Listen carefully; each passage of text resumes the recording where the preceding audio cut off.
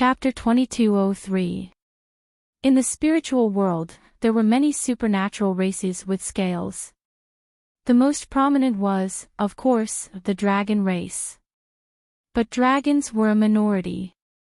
They couldn't compare to the total number of humans. Even the human spiritualists in the spirit world only made up a small portion of them. But the scale in Ruik's hand wasn't a dragon. If this was a dragon scale, Ruik Des would definitely turn around and leave. It was a snake scale. More accurately, it was a scale left behind by the swamp race. The swamp race was actually a snake demon. In the East, they were snake demons. But in the East, they couldn't form a race. In the West, they gathered themselves and formed a race. They called themselves the swamp race. They even formed a certain scale. The swamp race was a powerful force in the spiritual world. But they weren't the strongest. There were tens of thousands of swamp people. But they didn't have any top experts. Moreover, the descendants of the swamp race would mostly show signs of atavism. The so-called atavism was a litter of newborns. Most of them were ordinary snakes. Only a small number would inherit the name of the swamp race. Plus, there were human activities and the resources they possessed. So the swamp race's limit of 10,000 people was basically the limit. Of course, they could develop. This was mostly because their development path and ideals were in line with the values of modern society. Although their name was a bit scary. Actually, the other forces in the spiritual world had deep interactions with the swamp race.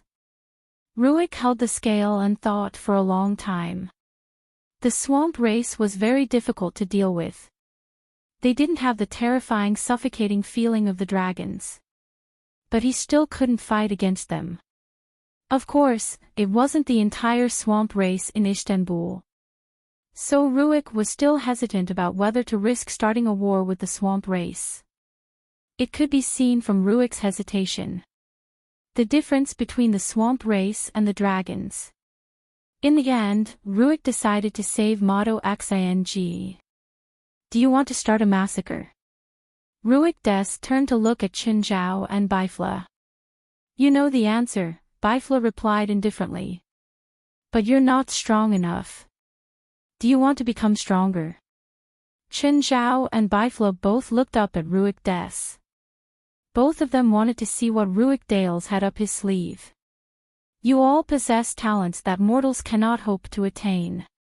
For ordinary people, the modification experiments are incomparably dangerous, but for you, it is not even comparable to the tempering you have experienced in the past. Just tell me, what do we need to do? My previous plan was to create a Superman. And then. But in my plan, I neglected the endurance of most people. In the end, I adjusted the plan. This modification experiment is actually a simplified version of the old plan. I originally thought that the plan would never start, until I met you guys.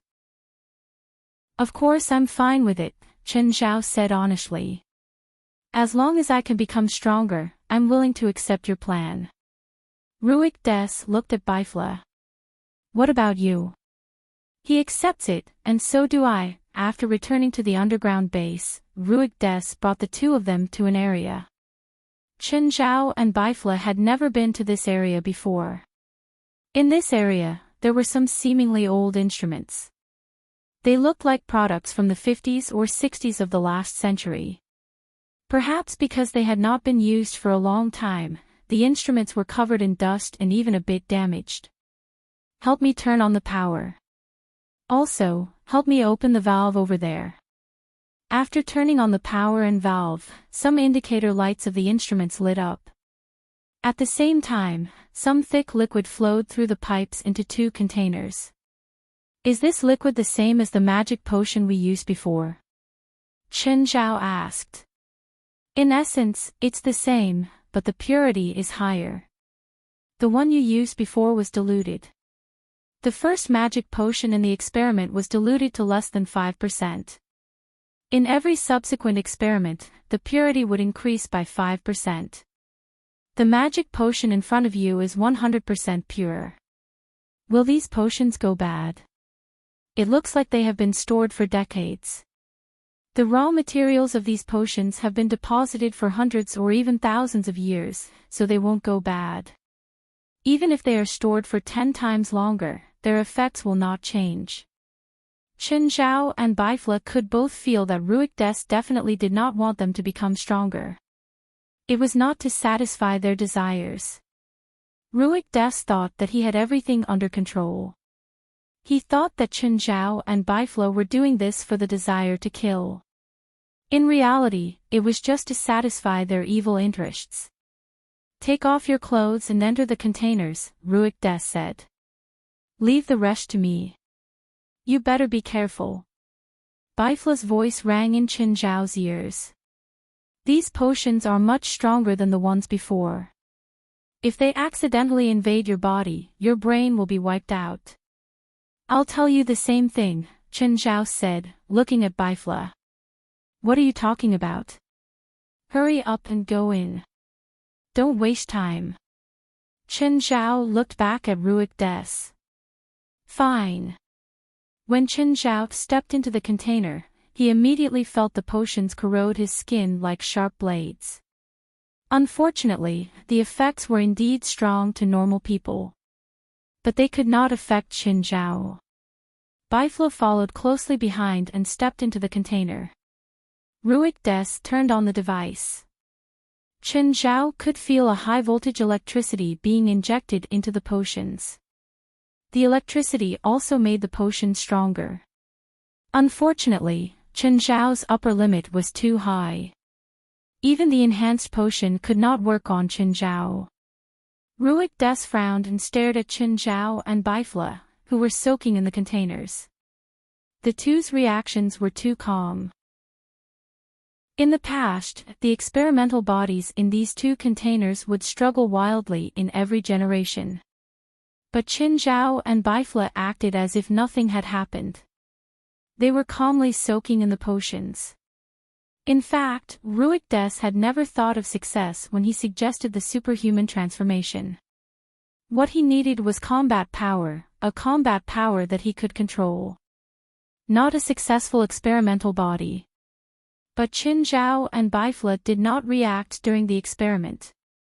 Their lack of reaction made him wonder if the two of them could really succeed. Chen Zhao, who had been in the container, suddenly opened his eyes.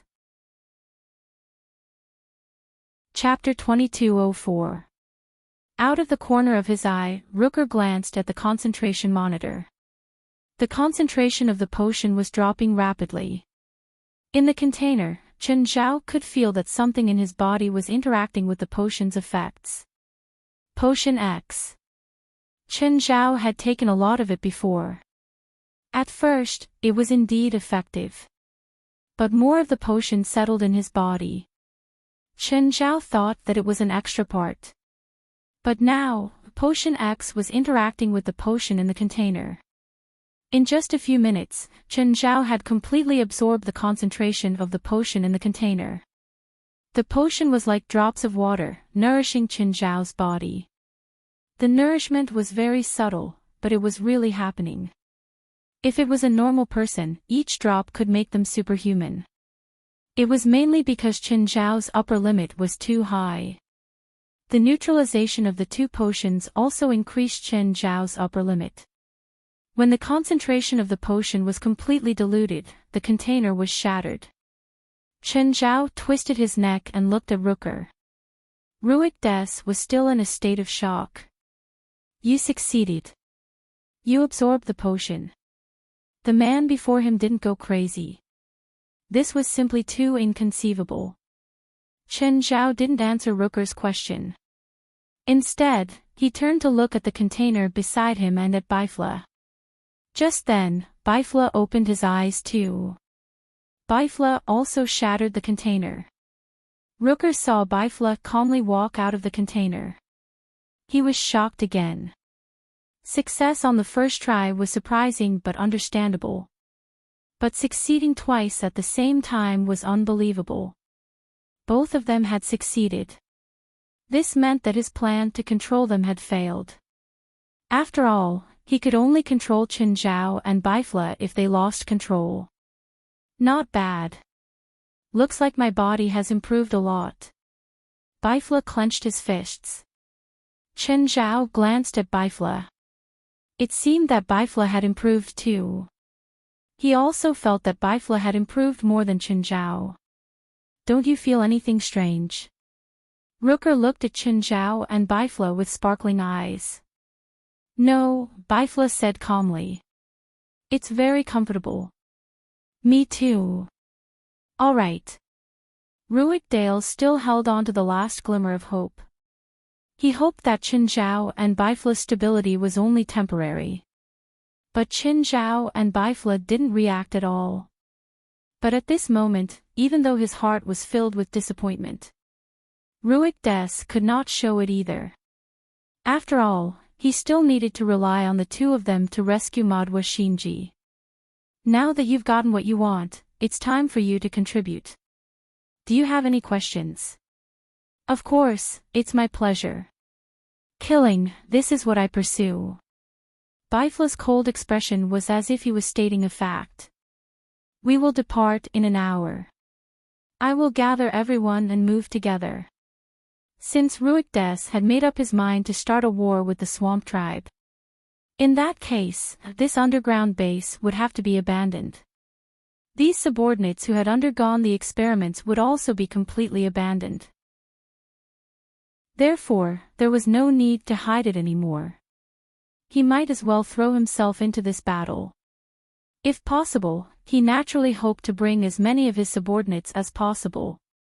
However, most of his subordinates were criminals. Basically, they were the type that would die in the light. It would be fine if it was just one or two of them. If a large group of people appeared in public view at the same time.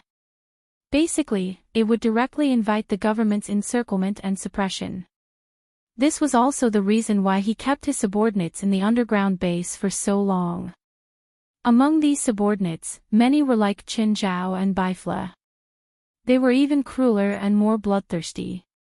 An hour later, everyone was assembled. Many people had excited expressions on their faces.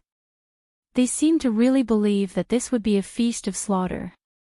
They did not know who their opponent was this time. They had no idea what was waiting for them. Ruick-Des prepared 2 large trucks and let everyone squeeze into the 2 back compartments. However, Qinzhao and Bifla were exceptions. Because they told Ruick-Des if they were squeezed together with these people, they would kill everyone. Therefore, the 2 of them obtained the right to sit in the front passenger seat. Bifla, what do you plan to do? Are you really going to fight for Ruick-Des? It's just a fight between 2 forces. Why should we interfere? Besides, the Swamp Tribe is also a strong competitor for our team. Isn't it better to have Ruick-Des charge for us? Alright, I'll listen to you. In fact, that was his plan. Not long after, the 2 trucks sank into the soft mud. They could no longer rely on the vehicles to move forward. Everyone could only get out and move forward. It was a wet and filthy swamp. The feeling of stepping on the soft soil was very good. Even Qinzhao and Bifla did not like this environment. There were also large patches of grass in the swamp. The grass was even taller than people. Ah! Suddenly, someone let out a blood-curdling scream. Ruick-Des turned around and saw that his subordinate had been bitten by a poisonous snake in the grass. Before he could save him, the poison had already taken effect. Everyone, apply the snake repellent. Ruick-Des had prepared this beforehand. Even Qinzhao and Bifla had received the snake repellent. As expected, after applying the drug, the poisonous snakes hiding in the dark all fled the area. Even though a large portion of these venomous snakes were controlled. However, this control could not surpass the snake's instinct. The snake repellent would make the user emit an extremely pungent smell. Snakes could not even get close to the user. But in this swamp, they did not only have to face the hidden poisonous snakes. They also had to face the swamp itself. At this moment, someone began to cry for help. "I'm stuck in the mud. Help me, pull me out." "I need help too." "Me too." Suddenly, the moonlight in the sky was covered by dark clouds. Chen Zhao and Bifla looked up. They realized that it was not the dark clouds that covered the moonlight, but magic power. The dark clouds in the sky had been created by magic. A few minutes later, it started raining. The snake repellent on everyone was quickly washed away. "The swamp race looks pretty strong," Chen Zhao said in a low voice. "Of course. None of the teams or individuals who can participate in the Holy Glory battle are simple. That's nothing. The swamp race is proficient in many types of magic. Poison, water, and curse are the most prominent. Looks like Ruik Desai has underestimated the enemy when he brought people to cause trouble. Shouldn't we balance out the strength of both sides?" Chapter 2205. Suddenly, Chen Zhao felt many presences appear around the swamp. They were all spiritualists and there were more than 10 of them. What's going on? Why are there so many people? Chen Zhao turned to look at Bifla in surprise. "Looks like it's a trap," Bifla said. "A trap? Against us? Or Ruik Des?" "Of course it's a trap against him. Do you think these people can threaten us?" While Chen Zhao and Bifla were talking, Ruik Des was still having a headache over his subordinates.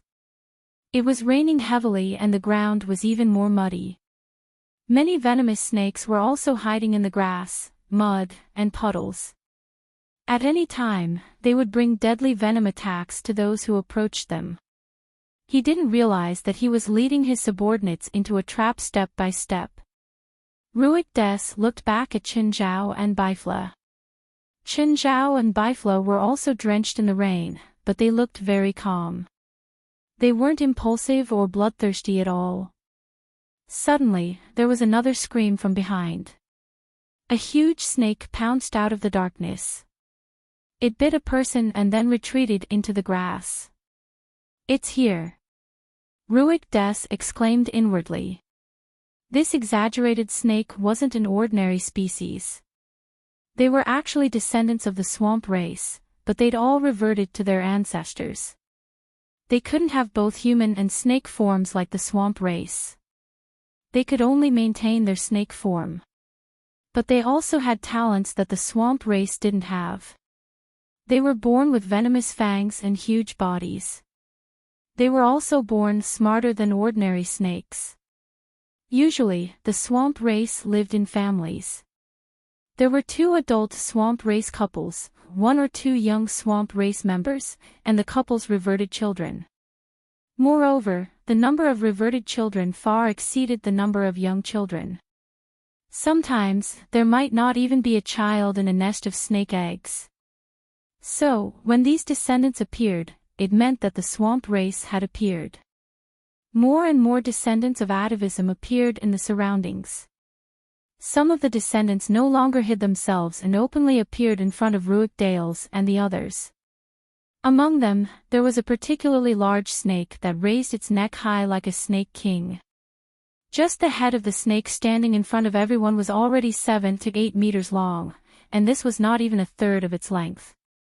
On top of the snake's head stood a figure. It was a woman, tall and slender, wearing tight clothes.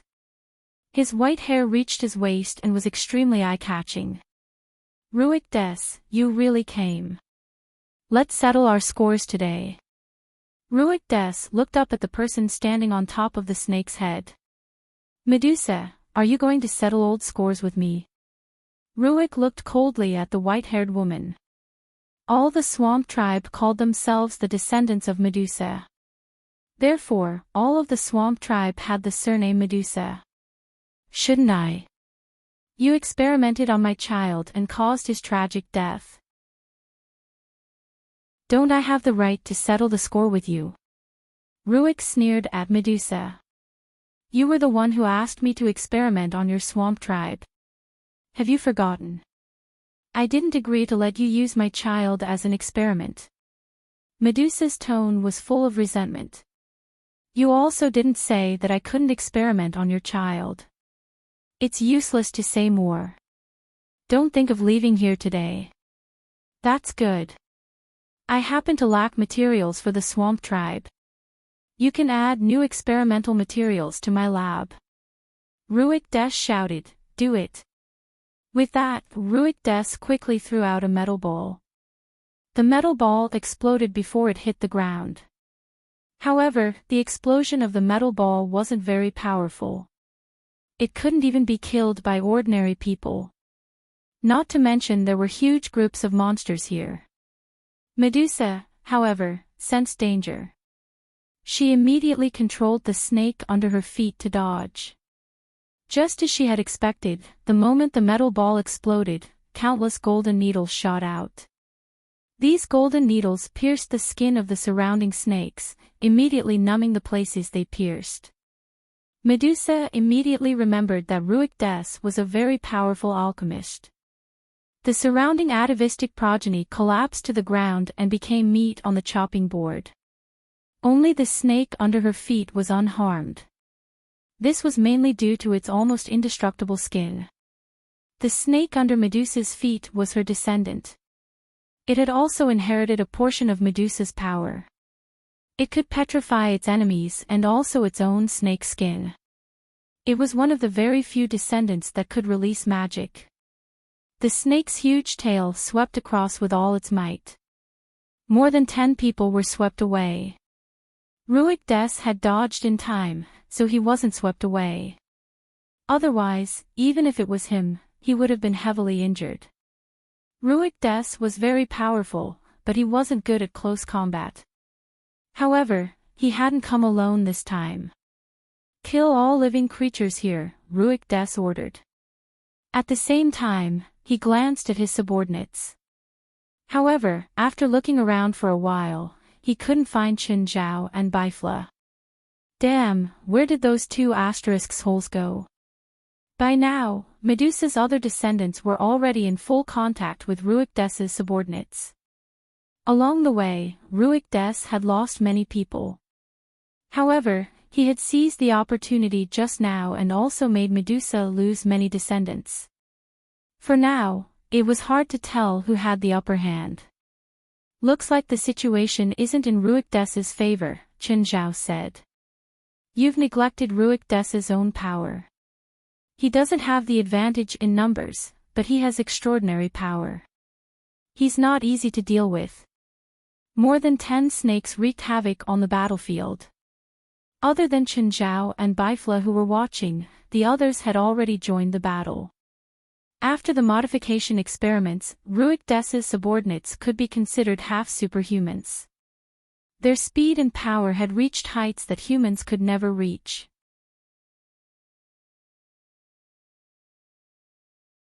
Chapter 2206. Ruik Des's men and Medusa's heirs were in a chaotic battle. However, it was obvious that Ruik's subordinates were weaker than Medusa's offspring. The snakes were shockingly powerful.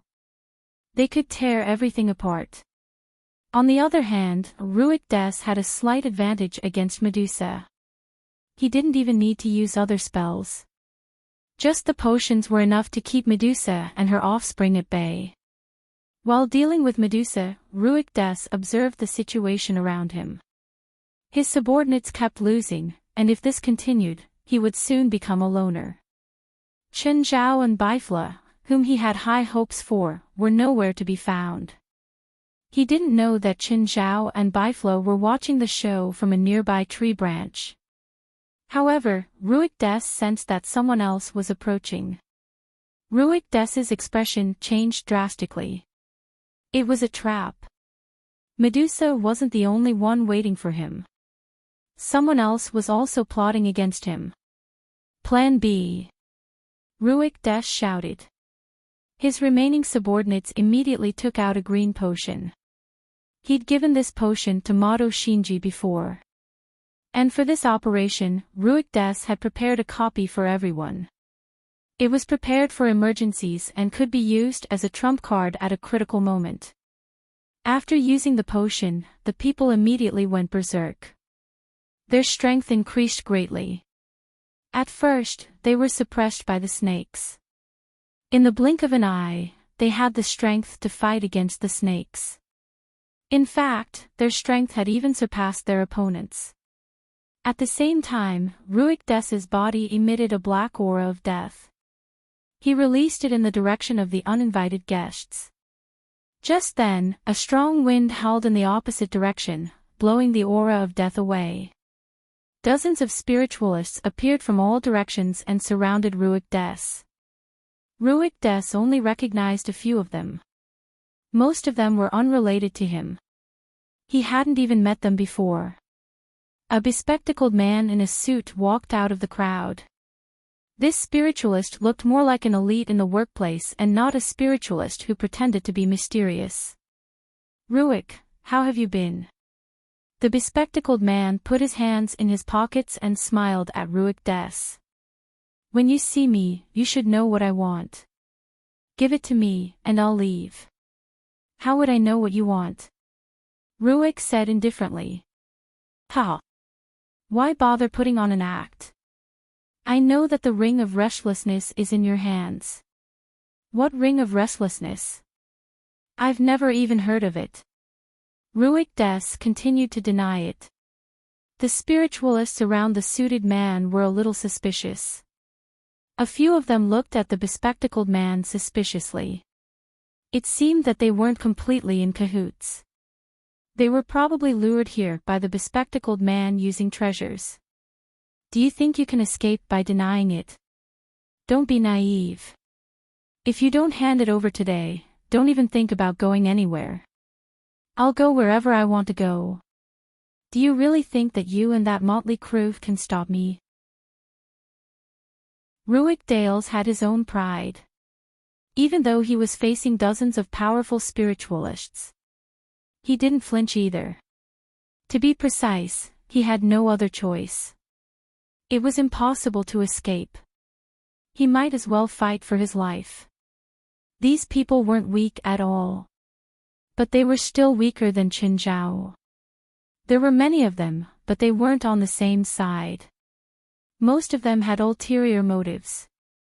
They had the same goal, but not everyone could work together. If they could scare them, the spiritualists could easily break through the front line. Qin Zhao and Bifla blended into the crowd. No one noticed their abnormality. "What's the ring of restlessness?" "It's an alchemy product of ancient Egypt. It contains the souls and magic of the 10 most powerful spiritualists of that era. Whoever has the ring of restlessness can control all the spells and magic of that spiritualist." "You mean the 10 most powerful spiritualists of that era? The longer the time, the more magic flourishes." The 10 most powerful spiritualists of that era were at least at Lao Zhang's level, right? Wouldn't 10 spiritualists at Lao Zhang's level be the same as invincible? You're thinking too much. A spiritualist at Master Zhang's level is extremely rare in any era. In ancient times, or even in ancient times, there were only a handful of them. Moreover, I'm talking about ancient Egypt. How many people at Master Zhang's level would there be in an ancient Egyptian country? Besides, do you think someone at Zhang Tianchu's level would allow others to imprison his soul in a magical tool? Even the pharaohs back then didn't have that right. Then forget it. It doesn't seem that rare. The function of the ring of restlessness is indeed unattractive to you and me.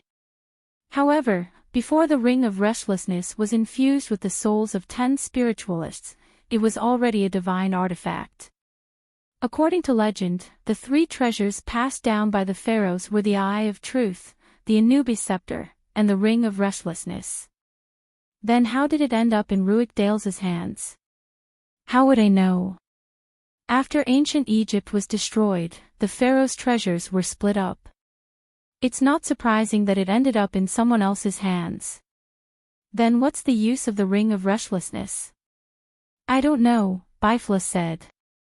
At this moment, the situation on the field changed again.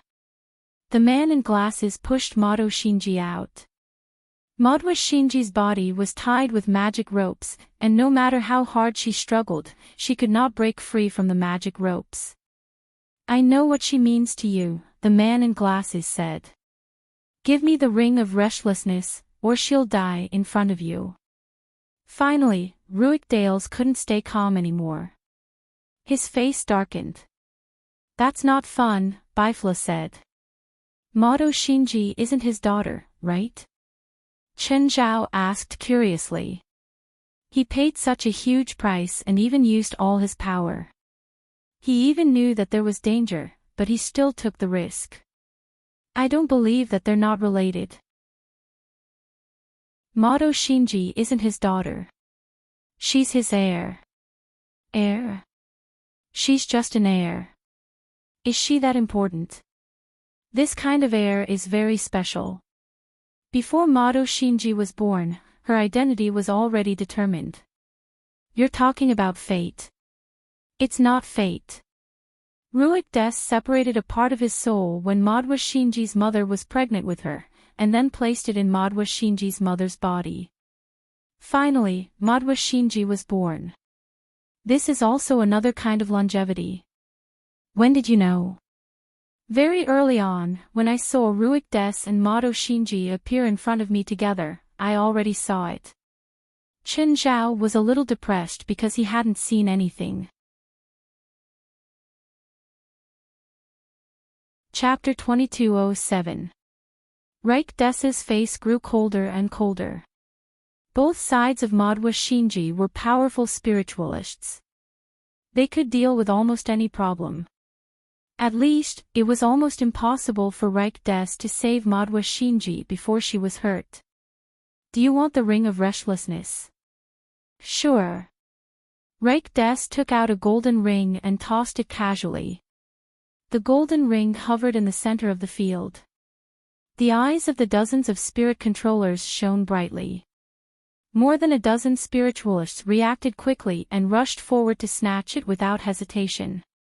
These spiritualists grabbed the golden ring almost at the same time. Mine. Let go. You're the ones who should let go. This is a divine artifact. Lowly people like you aren't qualified to have it. But the next moment, everyone suddenly realized that their palms couldn't break free from the Ring of Restlessness. A terrifying suction force suddenly appeared on the Ring of Restlessness. Damn it, what's going on? Oh no, we've been tricked. Then, the Ring of Restlessness began to move up, and more than a dozen arms were completely bound. The diameter of the Ring of Restlessness was less than 30 centimeters, and it forcibly bound more than a dozen arms.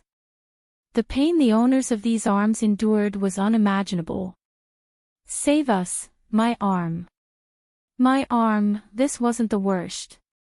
At this time, the arms of these spiritualists that were bound by the Ring of Restlessness began to disintegrate.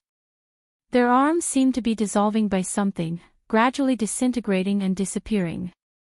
This made them even more painful, but they couldn't do anything. Not only were their arms disintegrating, but their magic power was also constantly tilting outwards. And the Ring of Restlessness's goal wasn't just their arms, but their entire bodies. At this time, one of the spiritualists was forcibly pulled into the Ring of Restlessness. The others were frightened. They realized that this Ring of Restlessness wasn't used to bind them. Instead, it treated them as food. Someone tried to break his arm directly, but not only was the broken arm instantly swallowed, but even the blood that spurted out was also sucked into the Ring of Restlessness. At the same time, even the blood in his body was extracted. The spiritualists around who weren't bound also tried to rescue them. But in the end, they made no progress, and even they were in great danger. In just 2 to 3 minutes, the dozen or so spiritualists were all devoured by the ring of restlessness. Medusa and the bespectacled man's pupils constricted. Even though they all wanted the ring of restlessness, they didn't dare to touch it at this time. Ruick Des walked in front of the ring of endlessness and caught it. Is this the divine weapon you want? It's right in front of you. Do you dare to take it? You must have the spell to control the ring of restlessness. Hand it over, or I'll kill her now. The bespectacled man placed his palm on Madoua Shinji's neck. Madoua Shinji was anxious and angry. But compared to the spiritualists present, her strength was really not worth mentioning. Ruick Des's expression was cold as he held the ring of restlessness in his hands and placed it behind his head. The ring of restlessness didn't touch Ruick Dorge's. Instead, it hovered vertically at the back of Ruick Dorge's head like a *** hole. At the same time, Ruick's aura began to grow stronger. Moreover, this kind of strength was not the end, but a starting point. Everyone at the scene was moved by this. They all felt the raging waves of magic. Even the bespectacled man took a few steps back unconsciously. Terrifying. Too terrifying. Before Ruick Des kept growing stronger, he suddenly sensed Chen Zhao and Bifla's location. Ruick Des looked at where Chen Zhao and Bifla were. The two were in the crowd of spiritualists, slowly approaching Madoua Shinji. The bespectacled man grabbed Madoua Shinji's neck nervously. Hand over the ring of restlessness and the control spell immediately, or I'll kill her now. But just then, the bespectacled man suddenly felt a chill behind him. The bespectacled man reacted quickly and jumped more than 10 meters away.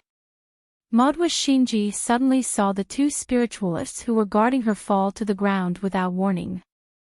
Madoua Shinji turned her head and saw Chen Zhao and Bifla standing on either side of her. Mr. Des, please continue. Miss Madoua is safe now. I'll make sure that they won't use her as a bargaining chip to threaten you. Smiling, Chen Zhao looked at Ruick Des. Glancing at Chen Zhao and Bifla, Ruick Des took a deep breath at the same time. Who are you? The bespectacled man was furious. Originally, with Madoua Shinji in their hands, they were in an invincible position. No matter how strong Ruick Des was, he would eventually lose. Even with so many spiritualists, they couldn't kill Ruick Des. At least with Madoua Shinji, Ruick Des didn't dare to advance recklessly. But it was different now.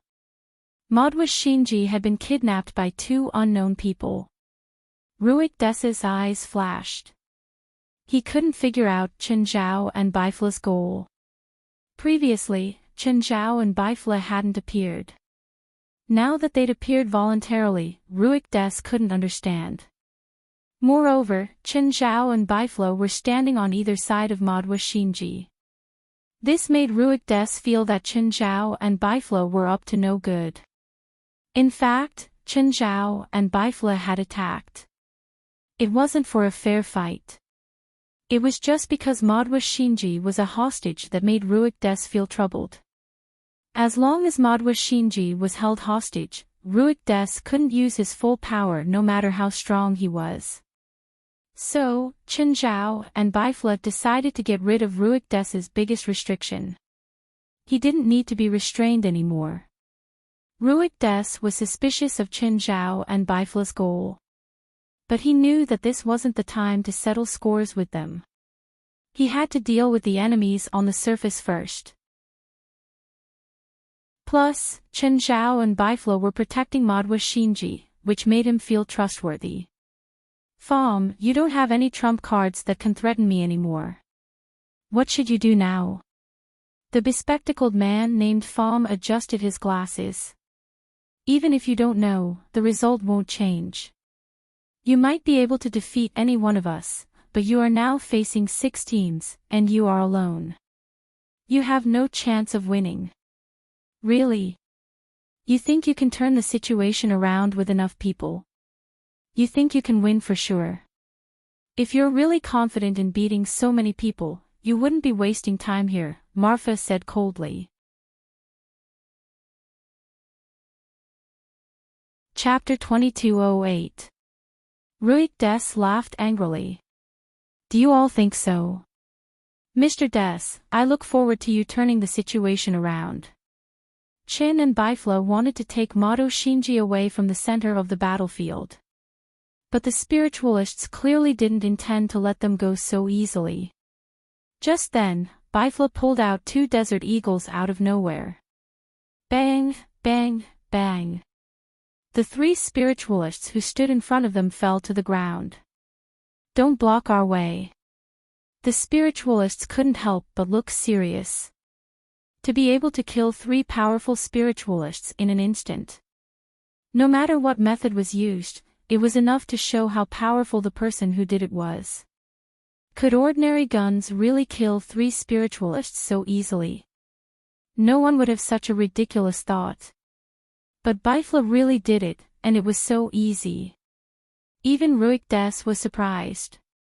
Could it be that the modification experiment really caused such a strange change to the 2 of them? But even so, they couldn't increase the power of the guns, right? No matter how strong their bodies were, they couldn't change the power of the guns. Ruik Des was familiar with the 3 spiritualists who were killed instantly. They should be relatively outstanding spiritualists. But they died very unjustly. They were so easily shot in the head. Could it be that their guns had been modified? And the 3 spiritualists underestimated the enemy? That should be the most reasonable explanation. But even so, the surrounding spiritualists still looked serious. The spiritualists who originally wanted to step forward to stop them couldn't help but take a step back.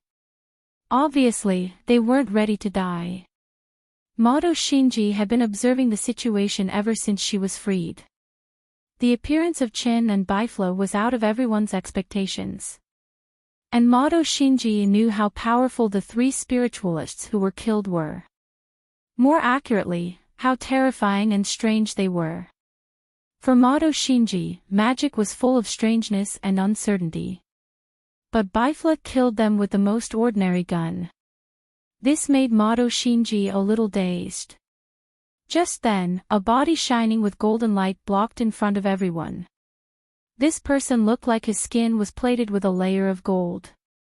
Let me try your gun, the golden-skinned man said. Bifla put down his gun. The golden-skinned man revealed a proud smile.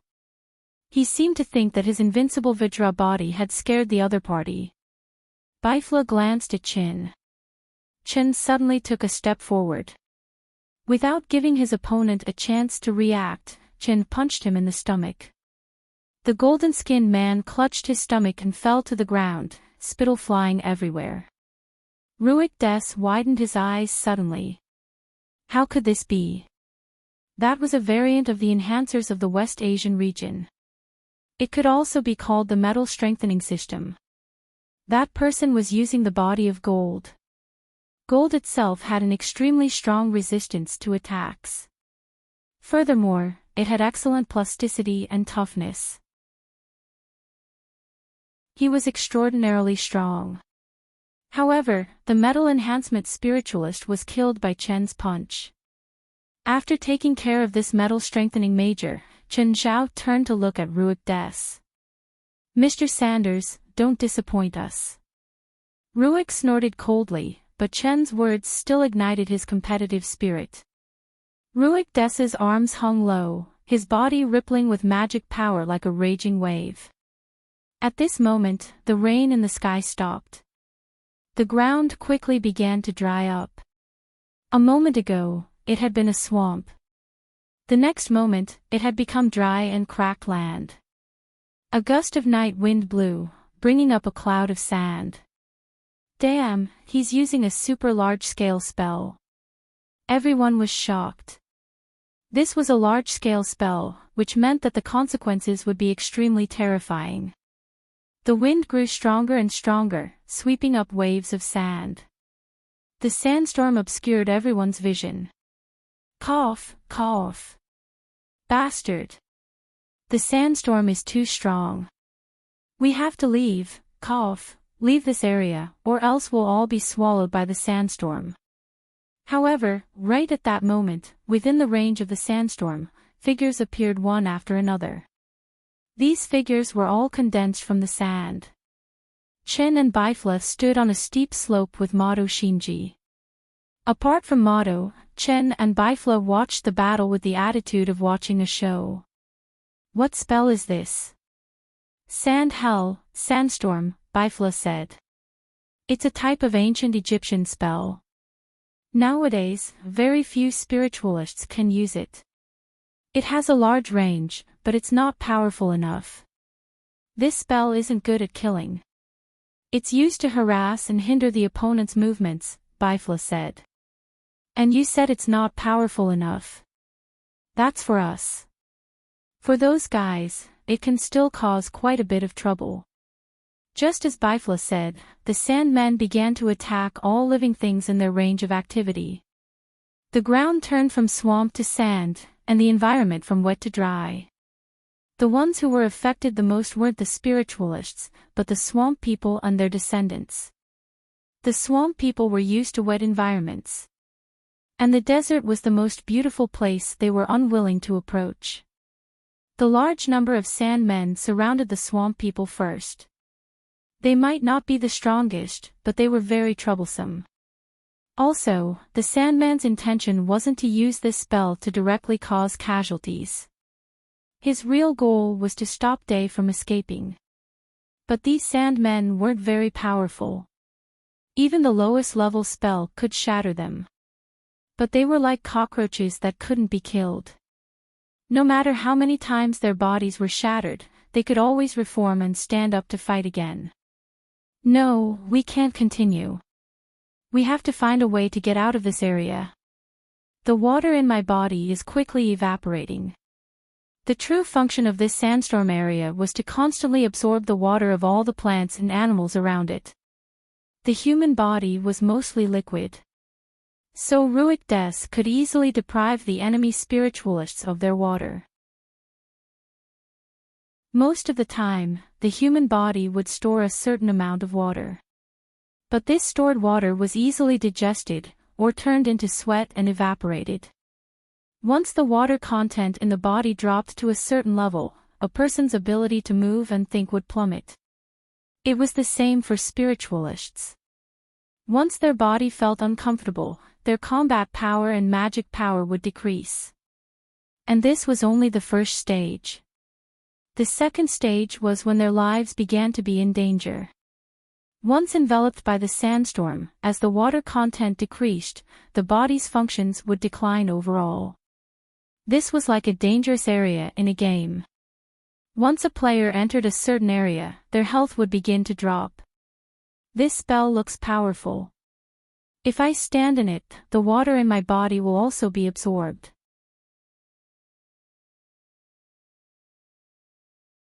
Chapter 2209. Mato Shinji could not hear the conversation between Qin Zhao and Bifla. She was already astonished by Ruik Des' miraculous power. Turning an entire swamp into a desert was something only a god could do. The man in glasses adjusted his glasses, his eyes serious. Trouble. Big trouble. The man in glasses was good at data analysis. He was not a battle-type spiritualist.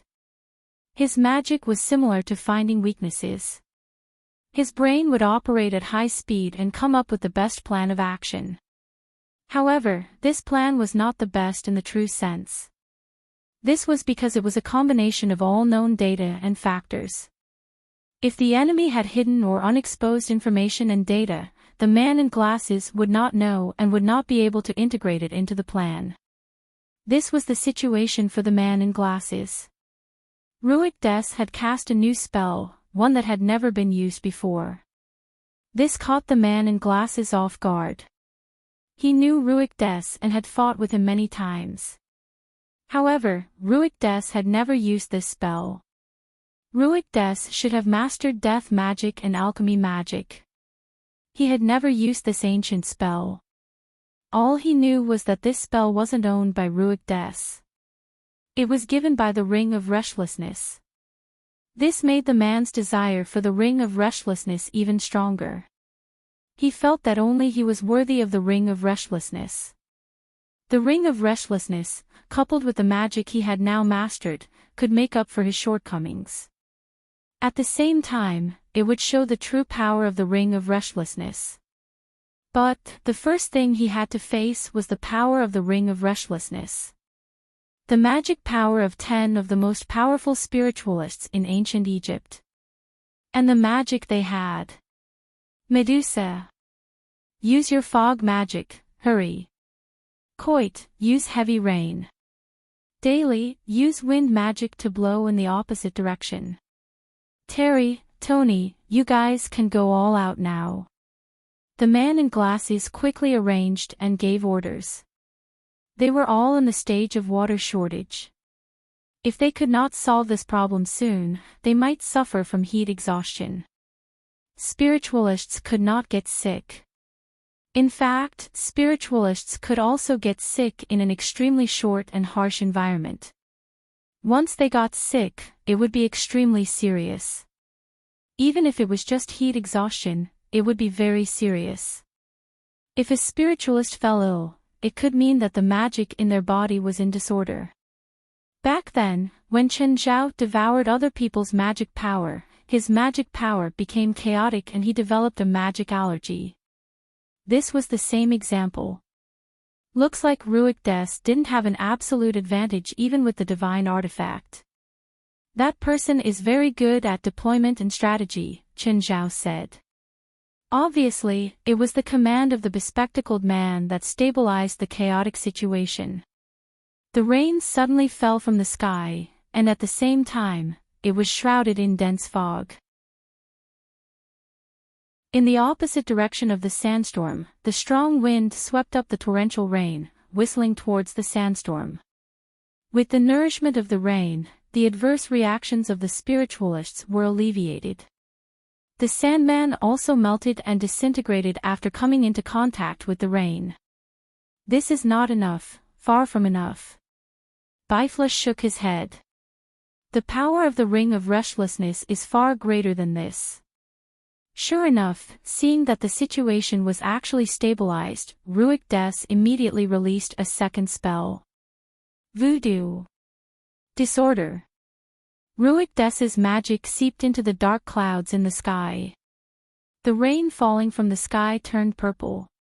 Everyone, use your magic shields. Quick, quick, the bespectacled man shouted. Most spiritualists had magic shields, but not everyone had them. When some spiritualists touched the purple rain, they started going crazy and attacking their companions uncontrollably. They had never seen such a large-scale curse before. The bespectacled man's expression was serious. Fardu, use holy light magic to purify the curse on them. It's useless. My holy light purification doesn't work on them. This is an ancient Egyptian pollution curse. Holy light magic is useless against it. I need spiritual purification. Spiritual magic was already very rare, let alone spiritual purification. It was 1 in a million. It was even more impossible for any of them to have such a magic element. What do we do? The bespectacled man was also very lost.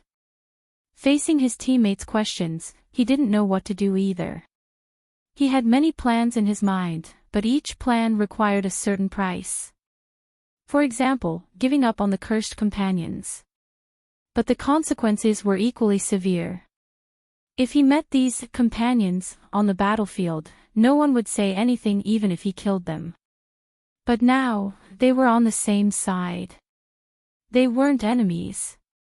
If he used his butcher knife on his companions, then he would be despised by everyone, including his teammates. What should he do? He also wanted to ask someone what to do.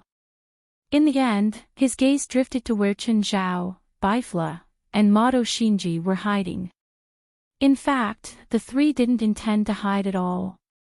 They just stood on a small slope and looked down at the battlefield. Go and capture those three. They're our only chance, the bespectacled man said. The situation was already very tense. But he still needed to split up some people.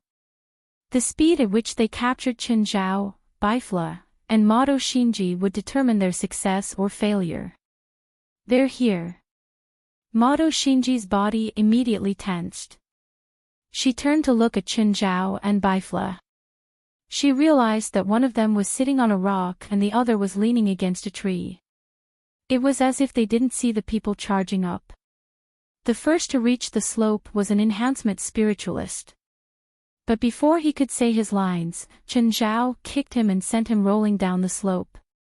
Your opponents are over there, not here.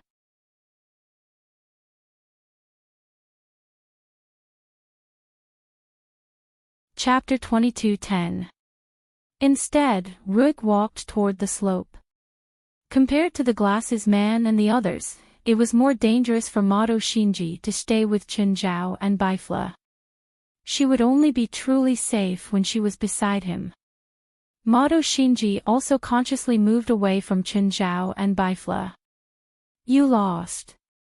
You exposed yourself first, Bifla said. Fine. Qin Zhao couldn't deny it no matter how shameless he was. He had lost this round. The non-elemental constitution had exposed his background. For the glasses man, this was an extremely bad situation. Ruik Des alone was already difficult for them to handle. Now, he realized that Ruik Des's two subordinates were also very strong. However, Ruik Des gave up on them. Instead, he turned to Qin Zhao and Bifla. Suddenly, Ruik Des attacked without any warning. His first move was a ray of black light. The black light was a black arrow. The black arrow shot toward Qin Zhao like a bolt of lightning. However, when the black arrow was a few inches away from Qin Zhao, it disintegrated and disappeared. Now, Ruik Des could finally confirm. Qin Zhao wasn't an ordinary person. He was a spiritualist just like him. Who are you? Ruik Des stared at Qin Zhao and Bifla coldly. Guess. Smiling, Qin Zhao looked at Ruik Des.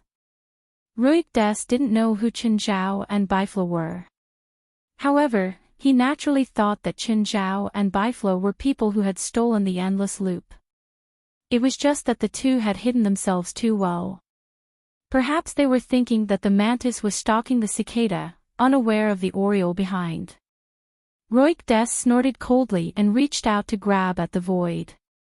A flaming spear appeared in his hand. Then, he threw Qin Zhao with all his might. The flaming spear tore through the air. Qin Zhao reached out and the spear collided with his palm. Boom! Accompanied by an earth-shattering explosion, a shockwave comparable to a guided missile swept in all directions. However, after the explosion, Ruik Des was shocked to find that Qin Zhao was unharmed. The sun spear that he had confidently thrown actually couldn't harm Qin Zhao at all. Disbelief was written all over his face. All right, let's go, Bifla said. He could tell that Qin Zhao was getting serious. If Qin Zhao intervened, it would be unfair to either side. Qin Zhao's combat ability was comparable to Zhang Tianyi's. If Qin Zhao wanted to attack Zhang Tianyi, he would have no objections. But to Ruik Dale's, or the glasses man's side, it seemed like they were bullying the weak. Mr. Ruik, I had a great time with you. We'll be leaving now. I hope we can meet again. Smiling, Qin Zhao clapped his hands. Narrowing his eyes, Ruik looked at Qin Zhao and Bifla who had really turned to leave. He was hesitating whether he should stop the two of them. However, before he could make a decision, Qin Zhao and Bifla had already blended into the darkness. It was difficult to find them again. Ruik's eyelids twitched. The strength of those two guys was not to be underestimated. If the two of them joined forces with the bespectacled man and the others to deal with him, he would really be in big trouble. In fact, if Chen Zhao and Baifla hadn't attacked earlier and allowed the bespectacled man and the others to hold Mado Shinji hostage, he would also be helpless. But even though they'd saved Mado Shinji, Ruik didn't think that they had good intentions. He felt that they'd retreated voluntarily because he'd discovered their identities. They'd retreated not because they had no ill intentions, but because they couldn't do anything to him. Nevertheless, their departure was a good thing for Ruik Dales. This way, he could focus on the bespectacled man and his accomplices. Of course, this time, he wouldn't let anyone threaten Mado Shinji's safety. Baifla, what do you think is going on with Mado Shinji and Ruik Dales? The world pursues immortality. In the magic era, magic was what they researched, or technology is what they are researching now. But no matter what method they use, the goal is the same. For example, I'm a good example. By seizing the physical body of others, I can continue on the spiritual level. Baifla said, actually, the reproduction of living things is also a way of extending oneself. It's also a way of extending oneself, but Ruik Des is different. He uses an even more unconventional method of extending himself. In the supernatural world, this method is called soul reproduction, and this method is actually very different from the most common method of reproduction between the sexes in nature. The process of soul reproduction is more complicated, and at least from a technical point of view, most people can't do this. Then how exactly do you do it? How would I know? I've never learned this kind of magic. There are probably less than 10 people in the world who know it, and probably only Ruik Dales dares to claim to be proficient in it. That rare? Is it very difficult to learn? It's not because it's difficult, but because the origin of soul reproduction is the magic system of ancient Egypt. Eunuchs didn't first appear in China, but in ancient Egypt. Because eunuchs served the pharaohs, they could be said to be their spokespersons. They had very high power and status, but because they couldn't reproduce, the spell of soul reproduction was born. To put it simply, spiritualists back then created soul reproduction to serve the powerful class of eunuchs. When they returned to the hotel, Chen Zhao and Baifla hurried back to their rooms. After all, they'd lived under the graveyard for 2 days. It wasn't a good feeling. After washing up, Chen Zhao knocked on Baifla's door in a relaxed manner. At the same time, Chen Zhao tossed a prepared gift box on Baifla's table. This is what I lost to you. Chen Zhao and Baifla didn't have a bet. Nevertheless, Chen Zhao was willing to admit defeat in this competition. Do you want to go eat something together? Baifla happily accepted Chen Zhao's invitation. In the restaurant, Chen Zhao and Baifla chose a seat by the window. Because of the time, there was no one in the restaurant at the moment. But in a 5-star hotel, all the shops were open 24 hours a day. However, the restaurant looked rather empty. Apart from Chen Zhao and Baifla, there were only 2 waiters working overtime to serve them. Baifla opened the gift box and glanced at it. Is this a dragon eye? What breed? Baifla asked. The dragon eye had gone through simple magic processing. It had originally been dozens of centimeters long, but now it was only the size of 2 fingers. Black dragons, Chen Zhao said. This thing wasn't valuable to Chen Zhao. But to other people and even Baifla, it was a very rare treasure. Baifla didn't reject it hypocritically. Without another word, he closed the box and put it away. Tell me, what do you want from me?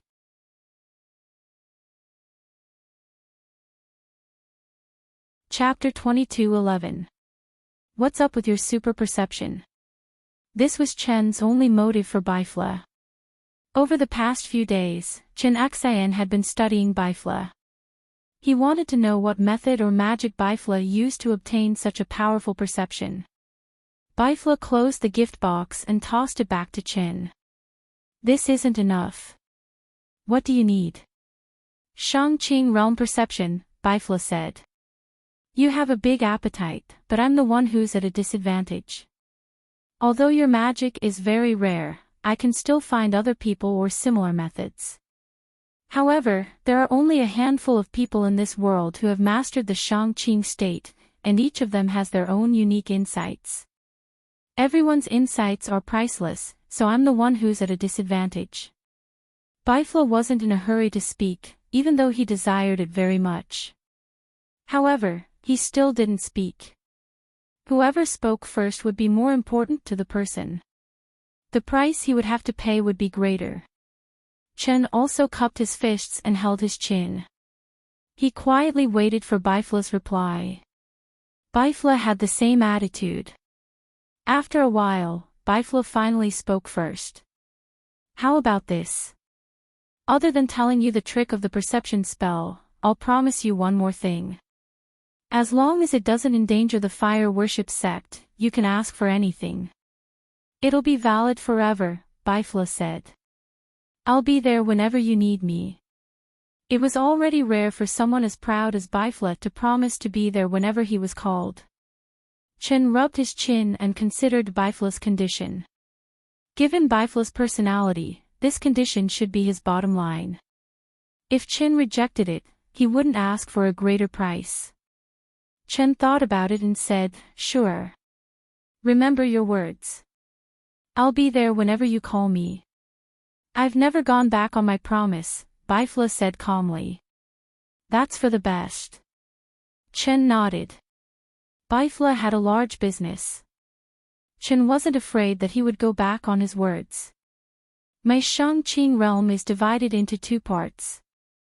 The first part is to obtain a small world, which is also a domain, Chen said. The small world is actually one with the entire world. When I obtained the small world, I felt that the entire world was actually a giant's meridians. Chen didn't hide anything. He told Bifla everything. Bifla was like a studious student. He greedily absorbed the knowledge Chen gave him. Only when Chen was done did Bifla speak up and ask his own question. Why do you think that the heaven and earth patterns are meridians? This should have something to do with my undergraduate profession. I'm a medical student. My first instinct was that it was meridians. There's no direct evidence. Bifla nodded, acknowledging Chen's answer. Then, Bifla asked more questions. As a spiritualist below the Shang-Qing realm, Bifla could not really feel or understand it. However, this did not hinder his harvest. Some things could only be obtained through accumulation. For example, an epiphany. Although the epiphany happened in an instant, it still required a lot of sacrifices. A baby cannot suddenly understand quantum mechanics. In order to master those obscure things, one must first have a huge reserve of knowledge. It was the same with magic. Are you satisfied with my comprehension? Bifla nodded. Very satisfied. This is an unexpected harvest. Just like how Chen wouldn't hide his enlightenment. Bifla wouldn't purposely say that it was worthless just to lower the price. Then it's my turn, Bifla said.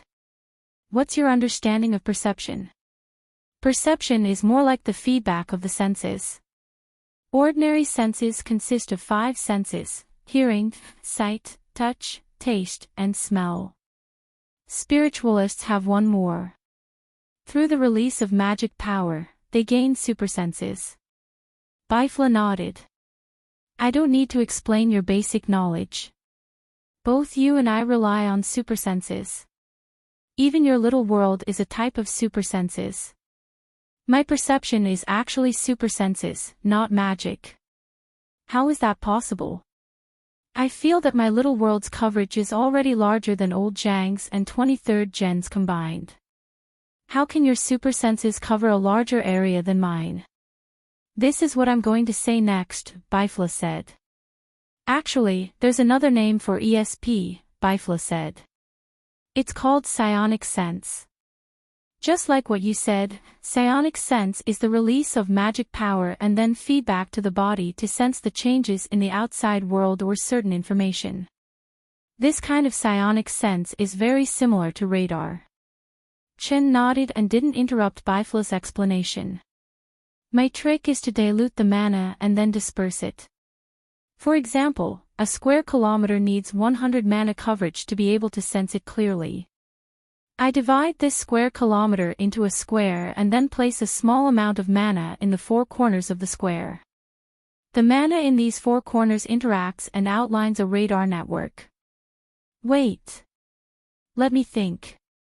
Chen interrupted Bifla's explanation and fell into deep thought. After a while, Chen spoke again. So you're saying that most spiritualists and I have the wrong way of sensing? I can't say that it's completely wrong.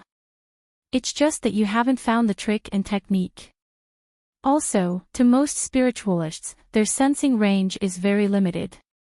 The difference between 5 and 10 square meters is meaningless. They rely more on sight, hearing, smell, taste, and touch to sense the world. You and I are different. We have magic power that is hundreds or even thousands of times greater than normal spiritualists. That's why the difference in perception is reflected. Bifla paused for a second before continuing. Also, although my distributed sensing method can cover a wider area, it also has a shortcoming, which is that my perception isn't very clear. It's like the pixel ratio of a phone's camera function from 20 years ago, and your little world perception is the pixel ratio of a phone's camera function from 20 years later. I understand. It's sacrificing clarity in exchange for sensing limit. That's right. That's the logic. As long as you master this method, your sensing range can increase by dozens of times. If I have enough magic power, I can sense the entire city, right? Theoretically, of course, but do you have that much magic power?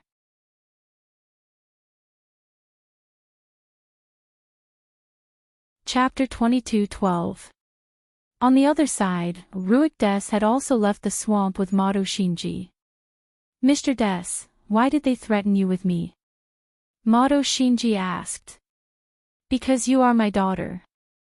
Ruik Des did not look at Mado Shinji, but walked forward. Mado Shinji's footsteps stopped, and she stood in place with a stunned expression. She looked at Ruik Des's back in a daze. This is impossible. We are completely different. Nationality, hair color, even our appearance. Although they were both white, they were not completely of the same race. Mado Shinji was more inclined to the Eastern European race, while Ruik Des was obviously of Latin American descent. It was impossible for anyone to think that they were father and daughter. We are not father and daughter in the traditional sense. Ruik Des stopped and turned his head. I've never wanted you to know about this. You're just a continuation of me.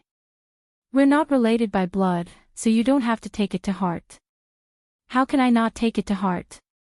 One day, someone suddenly told me that he was my father. No one would not mind, Madwa Shinji said emotionally, and even her voice was a lot louder. For you, there will be no change. Ruik Des's tone was still calm. I'm not asking for any change now, I just want to know the truth. You are the child of my soul, Ruik Des said. I don't understand. You can think of it as another way to reproduce. What about my original parents? They are your parents, Ruik Des said. And my relationship with you is not accurate to say that we are father and daughter. It is more like a relative and also my heir, provided that you are willing. You mean I will inherit your identity in the future? Or your magic? Everything, including my identity. But I don't know magic at all. Just not now. As my relative, you have the same talent as me. Then can I be stronger than those two guys? Yes, Ruik Des said. What should I do? Those two guys were completely modified and even succeeded. Although they themselves are very special, I still manage to obtain a lot of data from their modifications. As long as there are enough materials, I can concoct an even more perfect enhancement potion. This is also what you need now. Stronger and safer. Will I be able to surpass them after undergoing the modification experiment of the perfect enhancement potion? No, they're like me. We're both spiritualists. If we only surpass them in terms of strength, we won't be able to defeat them. Ruik Des said, if you want to surpass them, you can only surpass them in all aspects, in both strength and magic. But I don't have any magic foundation right now. As long as you are prepared, you can gain magical power at any time. Where did the magic power come from? You and my ancestors. Before you and me, there were many servants of the pharaoh, who, like me, passed down their inheritance as relatives. In the future, you will also pass down your inheritance in the same way. They also left behind a lot of property, and only you, as a relative, are qualified to see it. Rook Des said. Madwa Shinji quickly accepted her identity. She did not reject this identity. On the contrary, she felt that this identity was easier to accept. At the same time, it made her even more happy. She was finally no longer just an ordinary person. She could stand next to Ruik Dales in a more intimate capacity. Now, I'll take you to the new base to rest. Tonight, I'll show you the real world of magic, a world that only exists in fantasy. Wendy, are you ready? Zhang Tianyi came to Wendy's side. Wendy opened his eyes lazily and nodded slightly. He looked tired and sleepy, as if he hadn't had enough sleep. Then let's start the second trial, Zhang Tianyi said. I hope the lunatics from the Hermit Order won't appear. They will appear, Wendy said. Their plan is very simple, Wendy said. They pretended to be clever and misled us, hoping that we would mistakenly think that their goal was the manufacturing method of the Anubis construct. In fact, their goal was the Star of Brilliance and to create chaos. Are you sure their goal is the Star of Brilliance? And not to mislead us again. It's not difficult to guess their goal. Everyone knows that the Star of Brilliance is in my hands, and a few years ago, the chairman of the Hermit Order met with an accident while modifying himself, causing his mana source to collapse. Now that he needs a new mana source, the Star of Brilliance is their only choice. If that's the case, why don't you leave the Star of Brilliance with me for now? I guarantee that no one will be able to take it away. Wendy glanced at Zhang Tianyi, then silently closed his eyes and said nothing else. Stingy. Zhang Tianyi curled his lips.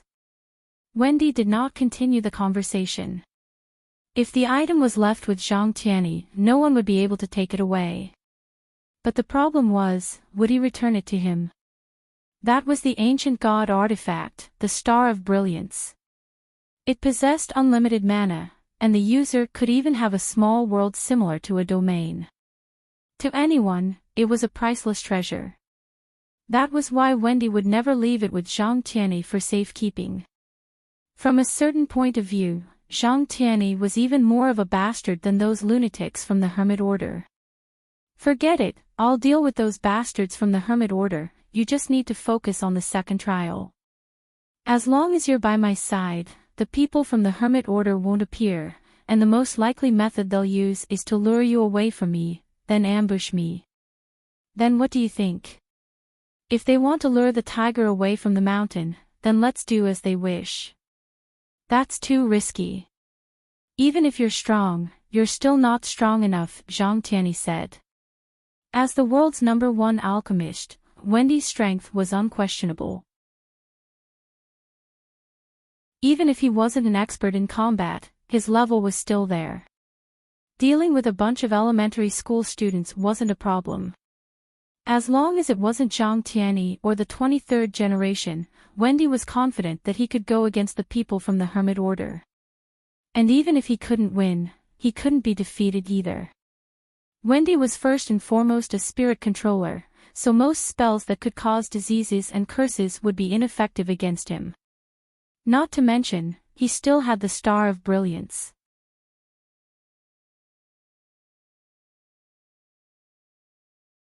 Chapter 22:13. Why can't I sense further with your method? Chen Zhao asked, confused. At most, I can sense 10 times the range. Any further and it'll get messed up. It seemed that Chen Zhao's perception range had increased by 10 times. It seemed like a huge range. But in reality, it only increased by 2 times. Compared to Bifla's perception, the difference was too huge. Back then, Bifla could see everything that happened more than 10 kilometers away. Chen Zhao couldn't help but wonder if Bifla had told him the real trick. This is a normal person's world, Bifla said. There are thousands of them in every square kilometer. When their auras are mixed together, they'll mess up your magic power. So, it's already very impressive that your perception range increased by 10 times. I'll take that as a compliment. Bifla glanced at Chen Zhao. He didn't play along with his narcissism. Instead, he continued, I can sense a wider range because I'm in the desolate market. There aren't many normal people to disturb me. There are at most a few spiritualists in a square kilometer. Their auras are more obvious and easier for you to sense. In other words, the trick of this perception spell is that normal people are more hidden and harder to detect, while spiritualists are easier to detect. You can say that. Of course, if there aren't many, you can still sense them. But if you want to use this spell to find a normal person in a certain range, it'll be very difficult. When will the desolate market open again? I plan to try it in the market. Tonight. Bifla glanced at the time. There's less than 3 hours until the second opening. Just then, Bifla's phone rang. After a call, Bifla put down the phone and said, our tickets have been changed. What do you mean? The first ticket to the Wasteland Fair was to use the blood of those criminal groups to open the entrance. This time, to open the entrance, we need the blood of a specific target. A specific target. The organizer found a group of professional killers in Istanbul. We need to find and kill them and then extract their blood. I'm starting to suspect that the organizers are using us to kill their targets, Chen Zhao said, annoyed. I hope they won't ask us to kill some politician. You said that the organizers are using us to gain some benefits. I don't doubt that. Anyway, they have a history of doing that, Bifla said. But do you think they really dare to let us kill some politicians? Let's not talk about whether we can do it or not. As long as they dare to make this request, they will probably enter the hunting blacklist first. The 3 chairmen of Holy Glory all have big families and businesses. They don't have the courage to joke around with their family business. But how do we find the assassins you mentioned? Do you have any clues? Kelly had always believed that flags shouldn't be raised randomly. Take herself for example.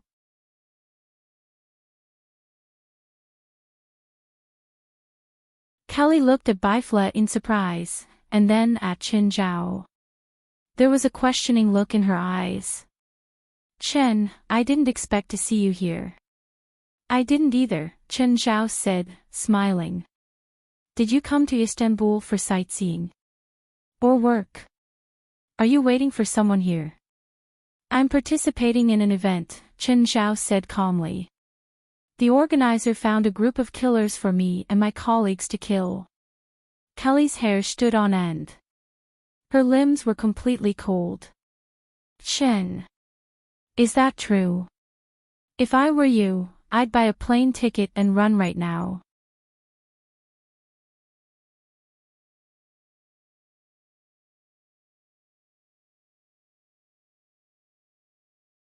Kelly calmly said, also, don't release your murderous aura so easily, especially to strangers.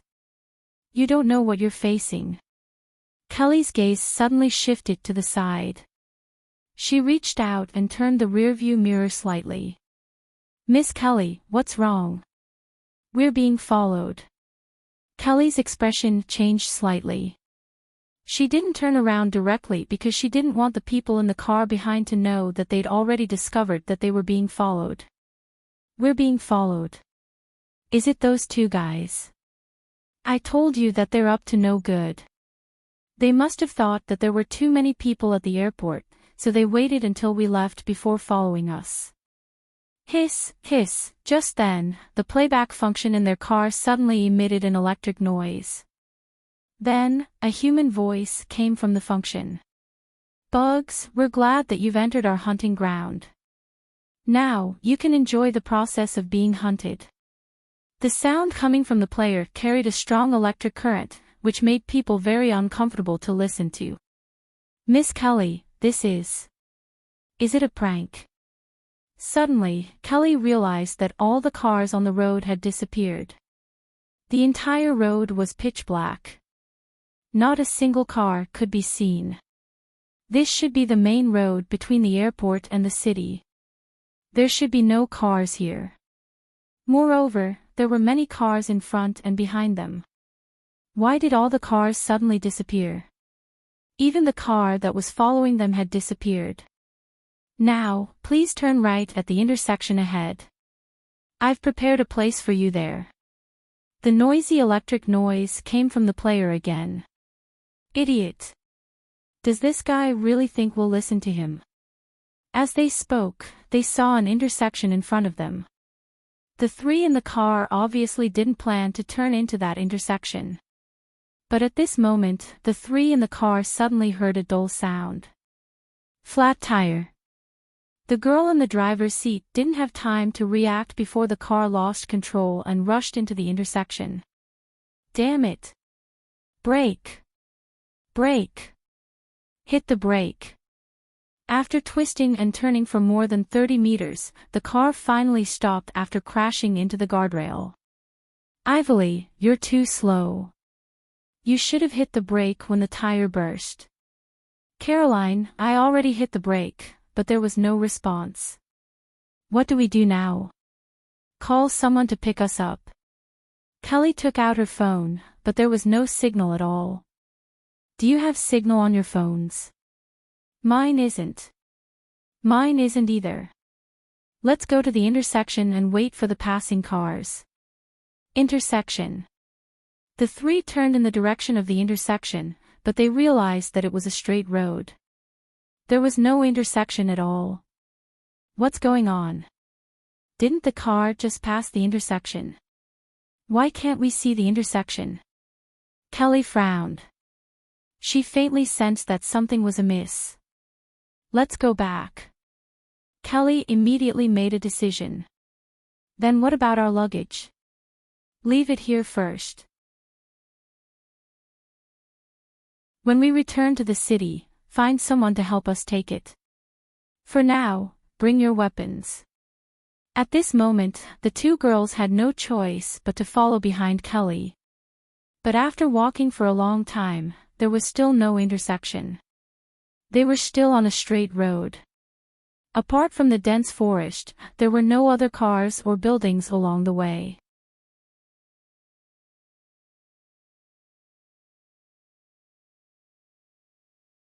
Chapter 22:15. They didn't know how long they'd been walking, but they still didn't see anyone. There wasn't even a car along the way. This abnormal situation made their hearts skip a beat. Miss Kelly, do you know what's going on? Kelly's expression had always been very serious. Because she suspected that it was Chen Zhao or someone like him who was behind this. Plus, Chen Zhao had already said it. They'd been tricked into becoming prey. Kelly recalled how she'd met Chen Zhao. She'd shot Chen Zhao in the head and then miraculously revived. Moreover, he'd ordered a terrifying monster to attack her. From then on, Kelly knew that there was something in this world that she couldn't understand. Clearly, Chen Zhao was one of those who couldn't understand. What they were going through now was probably also something they couldn't understand. Chen Zhao was still a suspect, but he wasn't very likely. At least, Kelly didn't think it was Qin Zhao through her analysis. Kelly hadn't interacted with Qin Zhao much, but she had a certain level of understanding. If Qin Zhao really wanted to harm her, he wouldn't have to be so sneaky. He definitely had the ability to end it directly. Even now, Kelly still couldn't understand Qin Zhao's strange methods. She couldn't break or block it. What should she do? This was a very heavy question. If she and her two followers encountered someone like Qin Zhao, how would she deal with it? Just then, a strange ringtone came from Kelly's phone. It was a bone-chilling laugh. Kelly was sure that her phone definitely hadn't been set to such a creepy ringtone. But now, her phone really made such a sound. Kelly picked up her phone. There was still no signal on the screen. Evelyn and LoveLore both came over. Kelly looked at the caller ID. After a moment of hesitation, she still picked up the hands-free call. Hee, are you guys lost? The strange voice she'd heard in the car came again. Who are you? Kelly asked. You don't have the right to know my identity. You can only do as I say now. Otherwise, you'll be forever trapped on that endless path. All three women heard what the person on the phone said. The three girls looked at each other. The path will always come to an end. There's no path that can't be reached. Ha! Do you really think so? If that's the case, then our conversation ends here. You can die of exhaustion on that road. Wait, what do you want us to do? Kelly asked immediately. If they continued on this path, they might really break down. As a matter of fact, Kelly was only pretending to be calm. In fact, she was very frustrated. However, with her two followers by her side, she couldn't show it. At this moment, they were suppressing their emotions. Their mental fortitude was not as good as Kelly's. Therefore, all the agitation and uneasiness were written on his face. If they didn't change, they might go crazy first. Therefore, she would rather choose to face danger now. It was not an unchanging silence. About 1 kilometer in front of you, there is a turning path. Follow the path and you will soon meet your opponents. Opponent? Do you want us to kill them? Hee. If you can do it, then go ahead and kill them. If we kill our opponents, will they let us go? If I'm satisfied with your performance, it's not impossible to let you go. Another turning path. They didn't have a good impression of turning paths. However, at this moment, they could only accept this condition. Soon, they saw the turning path. It was a path leading into the forest. The path was very muddy and difficult to walk on. However, the three of them didn't care about the path under their feet. Instead, they were vigilant of their surroundings. However, after walking for half an hour, there was nothing except for the forest getting deeper and deeper. There's nothing here. Caroline was very tired now. At the same time, her emotions were almost at their limit. However, in the next moment, a black shadow flashed past. It flew over Caroline's head. Before Kelly and Evelyn could react, Caroline fell to the ground. Her head fell to the ground. Her young life was gone forever. The black shadow didn't disappear. Instead, it landed not far away. It was a creature that looked like a lizard. Its slender and slimy body was about 4 to 5 meters long. However, it only had a pair of forelimbs and no hind limbs. However, it was very mobile. Its forelimbs were also very thick and long, even thicker than its main body. Its claws were incomparably sharp. It used its claws to cut off Caroline's head. Its two claws grabbed onto the tree branches on both sides and propped its body up. Under the night sky, the creature's body flickered with an unsettling light. A terrifying growl came from its bloody mouth. That that, Evelyn was so frightened that her legs turned to jelly. She pointed at the two-legged monster in horror. The two-legged monster suddenly turned around, its slender tail sweeping towards Evelyn. Evelyn watched as the two-legged monster's tail stabbed towards her. However, her legs didn't react at all, as if she couldn't control them. Suddenly, Evelyn was pulled to the ground by a force. Kelly had already tackled Evelyn to the ground.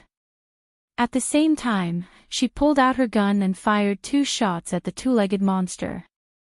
The bullets hit the two-legged monster's body.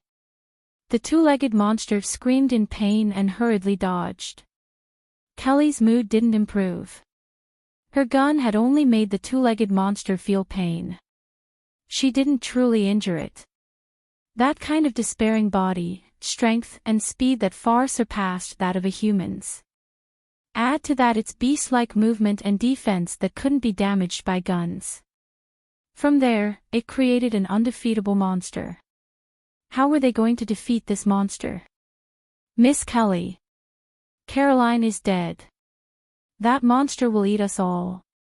We will die here. Evelyn's current performance was like that of an ordinary young girl. In fact, she was indeed a young girl. She had killing skills that ordinary girls didn't have.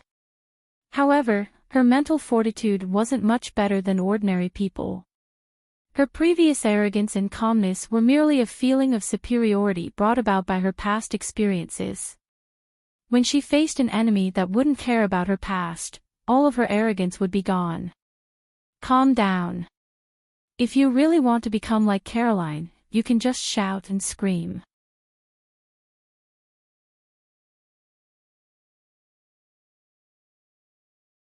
Chapter 22:16.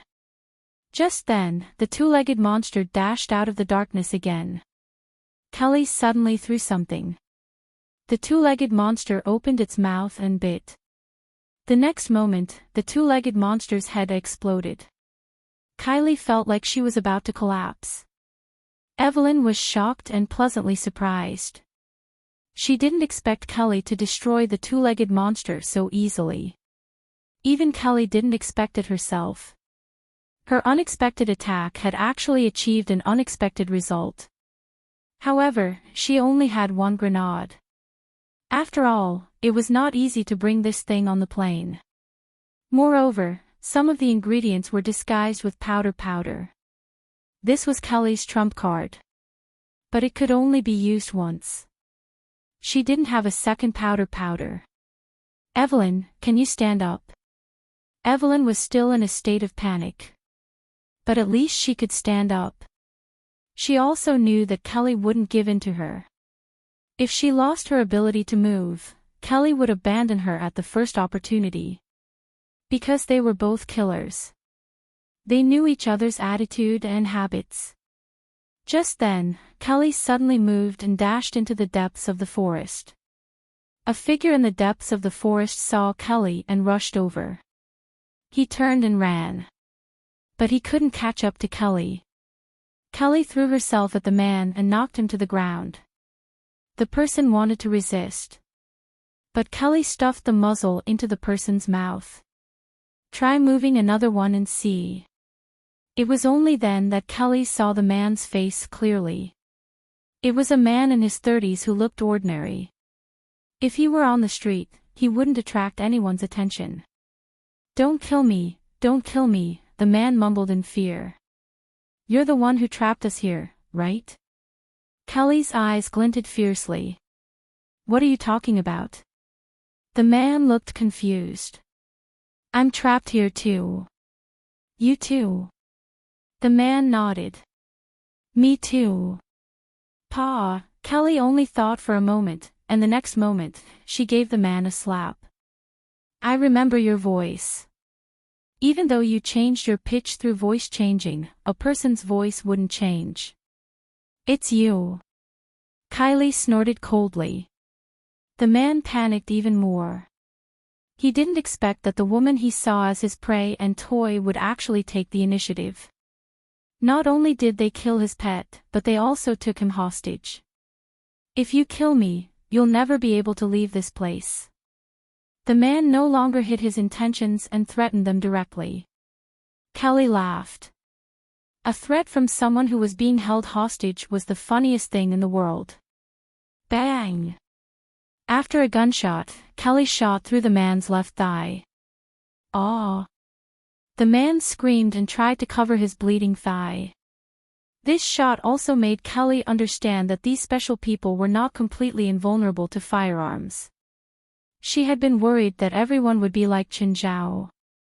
To be able to stand up after having his head blown off, and still in perfect condition, she could just shoot herself in the head. I have plenty of ways to make you talk, and I have enough time, Kelly said calmly. What do you want? The man gave in directly. He had never been a warrior.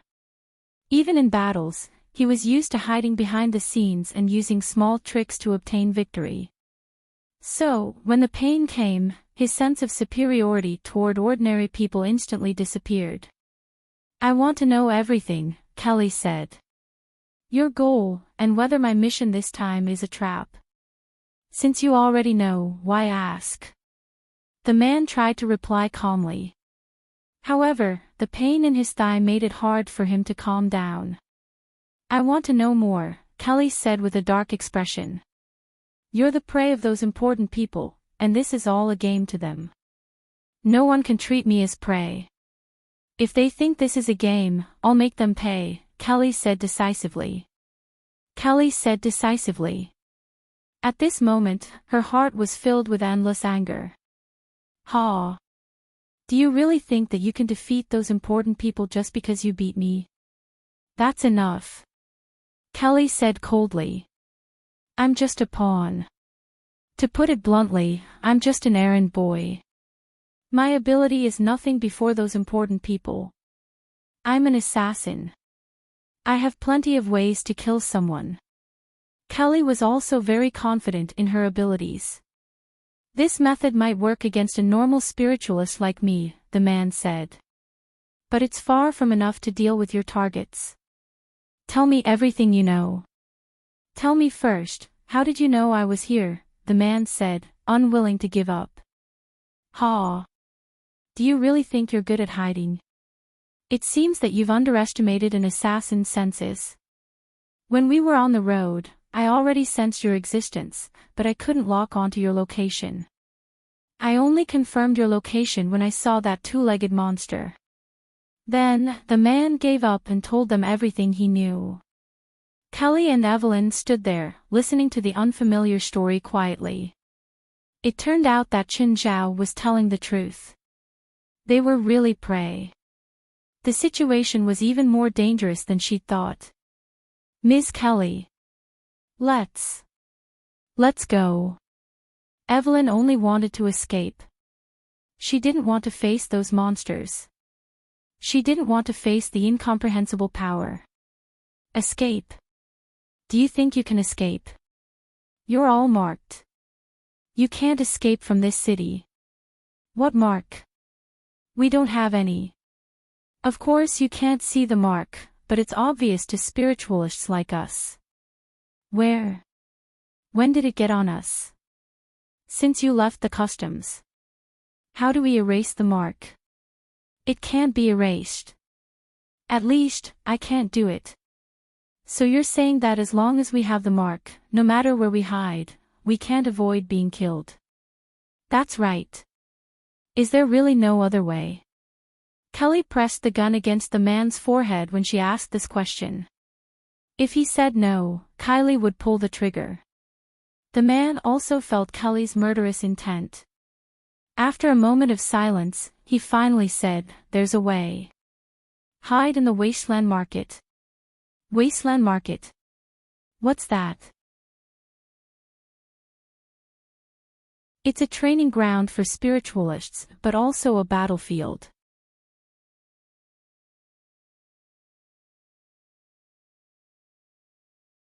Chapter 22:17. How do we get there? Kelly asked. Revenge and whatnot could be done at any time. But this was definitely not the time. Even in this situation, Kelly's mind was still clear. The marks on their bodies were as clear as the navigation coordinates.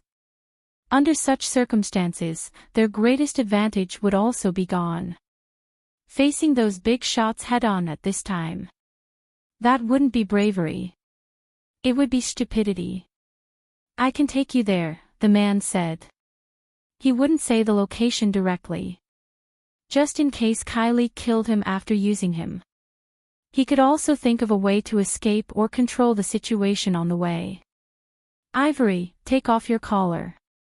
The man looked up at Ivory. The little girl wore a unique necklace around her neck. There was an electronic signal flashing in the middle of the pendant. It looked like some kind of electronic device.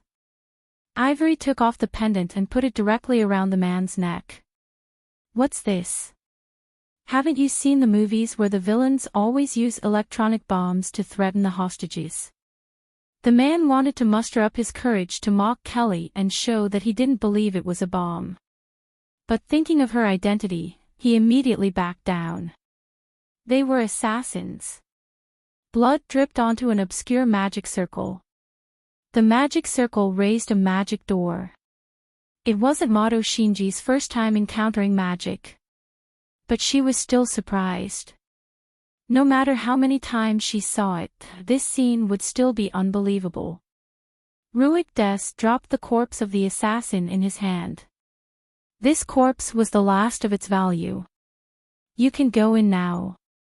After getting Ruik Des's permission, Mato Shinji stepped into the magic door.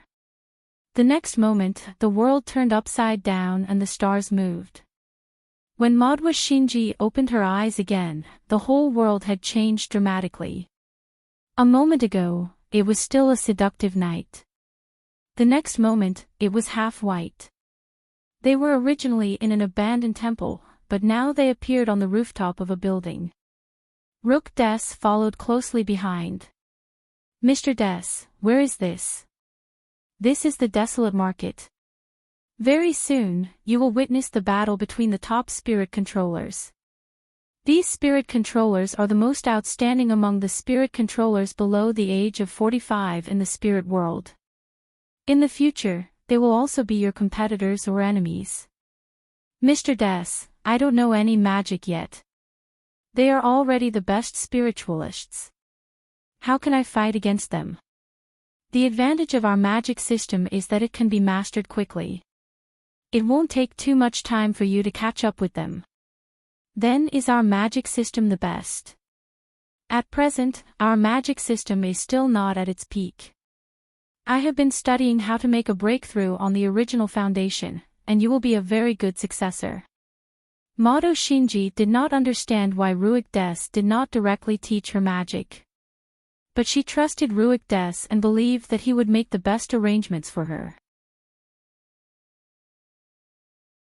"Wear this bracelet and don't take it off under any circumstances." "What's the use of this?" "It can conceal your aura." Mato Shinji touched the bracelet.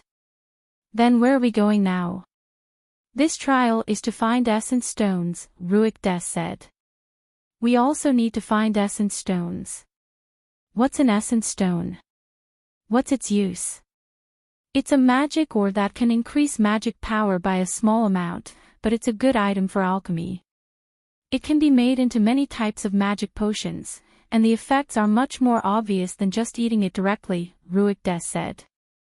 Ruik Deso said, "However, the organizers of this trial have only hidden 1,000 soul essence stones in this venue, and the number of spiritualists participating in this trial is astonishing, far more than 1,000. Therefore, this place will soon become a battlefield, and everyone will become our enemy." "Essence stones are rare," Bifla said. "According to the market price, a standard essence stone is about $1 million. You said there are 1,000 essence stones here. In other words, soul essence stones worth at least $1 billion are placed here?" Chen Zhao's eyes lit up. He seemed to be eager to try. "Our perception is useless. If we were to be found so easily, then this trial would be meaningless. After all, among so many spiritualists, there are spiritualists with sharper perception than us. If we can find the spirit essence stone purely by relying on perception, then it won't be fair to the other participants. Bifla said, moreover, there are a large number of fake soul essence stones. This will be a long and difficult trial. Let's not ruin the fairness of this trial. The organizer let us in, Chen Zhao said, unconcerned. They should be prepared for us to break the rules. Bifla couldn't refute Chen Zhao's words. In fact, he agreed with Chen Zhao. They had come in as spectators. But at their level, unless they stood still and did nothing, they wouldn't be able to do anything. Otherwise, they would have to do something biased and go against the rules of the game. For example, would they just watch when their team fought someone else? Or do nothing? Actually, the organizer understood this too. But wasn't this also within the rules? If the person in charge of a team really had the ability to break the rules secretly and not be discovered, that was their capital. For the strong, no matter what field they were in, they would always receive more power and respect. Of course, these hidden rules couldn't be said out loud. Saying it out loud would be truly unfair.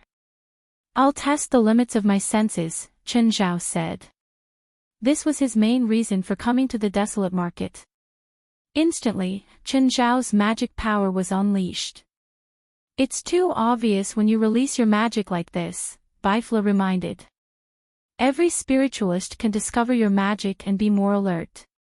I'm still a bit green. Chen Zhao didn't retort.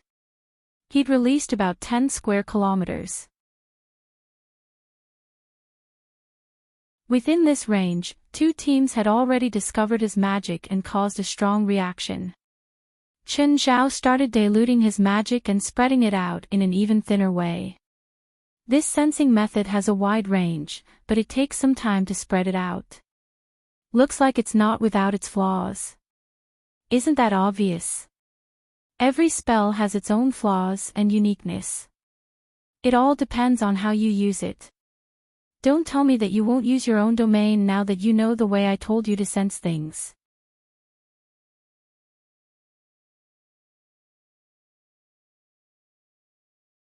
Chapter 22:18. A giant with an extremely ugly face passed over their heads. The giant was too big. It was at least 30 meters tall. As a result, it didn't even see Chen Zhao and Bifula under its feet. The giant walked to the end of the path and turned back. But by then, Chen Zhao and Bifula had already turned into an alley. What kind of giant is it? It's an English monster, Bifula said. It's just created through cloning. Is it the work of some mad scientist? Actually, it's the work of an alchemist from the spiritual world. He's the creator of this trial, the world's top alchemist, Wendy. Chen Zhao remembered that when Xanli and the others had gone to search for the golden apple, they'd passed by Edinburgh and killed a giant. He remembered that Xanli had talked about this later and the giant they'd killed. It seemed to be only 4 or 5 meters tall, or maybe 6 or 7 meters tall. But the giant before them was at least 30 meters tall. It was like a moving building. English giants are this big. If it's just simple cloning, it clearly doesn't fit the title of the world's top alchemist, so he must have added some of his own ideas. Bigger. Chen Zhao rubbed his chin and looked at the giant that walked past them. Giant is just one of them. I've seen this before. It's not just a giant. Just then, a team appeared before them. The team was very uniform. They were all Asian, dressed in black suits, and bald. The 10 bald men even had scars on their heads. They were 10 monks.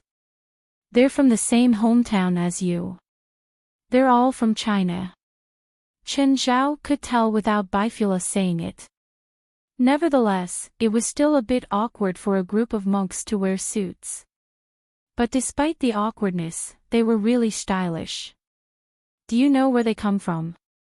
Chen Zhao asked. Wutai Mountain. It's a famous sect in China. Chen Zhao studied the group of monks curiously. Every monk exuded a masculine aura. Their gazes were straight and determined. Coupled with their well-defined faces, they had a unique temperament. Senior brother Fajing, there's a demon ahead. It looks strong. This giant must be a guardian beast. According to the rules of the trial, there must be soul essence stones around it. This is the time when we need to subdue the demon. Fellow brothers and sisters, let me test the strength of this demon first. Fa Zheng, who was the leader, stepped forward and shouted.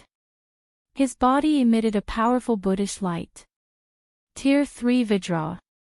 The golden light around Fei Zheng's body turned into a Vajra and shot towards the giant. Before the giant could even turn around, the Vajra pierced into its back.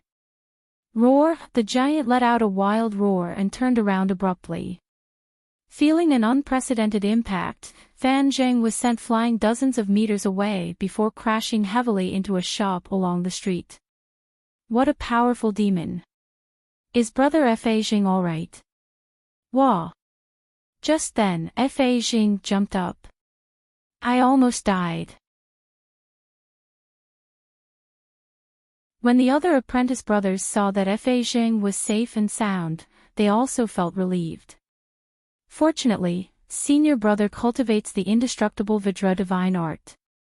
Fa Zheng jumped out of the rubble and wiped his face. This guy is so strong and his skin is so thick. I can't even break through his defense with my Tier 3 Vajra. Whoosh! Tier 3 Vajra. Bifla shook his head, looking very disdainful. What's wrong? Chen Zhao asked, confused. His technique is quite powerful. Buddhist techniques are divided into 9 tiers. The lower 3 tiers are the lowest and can only be considered the basics. These monks must be the most outstanding disciples among the younger generation of Wutai Mountain since they can participate in the Battle of the Holy Glory. Do you think they'll be chosen by the old monks if they only have the basics of Buddhist techniques? That's why I shook my head. They underestimate the spiritual world too much. They clearly have more powerful techniques, but they still hide them. They think it's unbelievable that someone can block a Tier 3 technique. Don't you think they're arrogant? Even the basic divine ability cultivation methods have such dazzling power and light. Then, wouldn't the middle and upper 3 grades of divine ability cultivation methods be invincible in the world? I admit that the sound and light are dazzling, but if you want to talk about power, I can only say that you're ignorant. Bifla seized the chance to dish Chen Zhao. If you want to use us as a standard, then I can't do anything. Chen Zhao shrugged and looked back at the battlefield. Both Chen Zhao and Bifla were at the top of the spiritual world or close to it. At least in terms of power, the number of people who could defeat them could be counted with one's fingers. Thus, it was meaningless to compare them. Also, the excellence of a group of middle school students couldn't be compared to university professors. Although Bifla sounded disdainful, he still watched the battle of 10 bald men and 1 giant seriously. Chen Zhao also watched the battle with interest. This was his first time encountering a monk with real ability.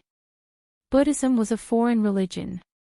However, after thousands of years of development, it had become local in China. Chen Zhao didn't like it at all. If there was a rule he didn't like, it would be to cut off worldly desires.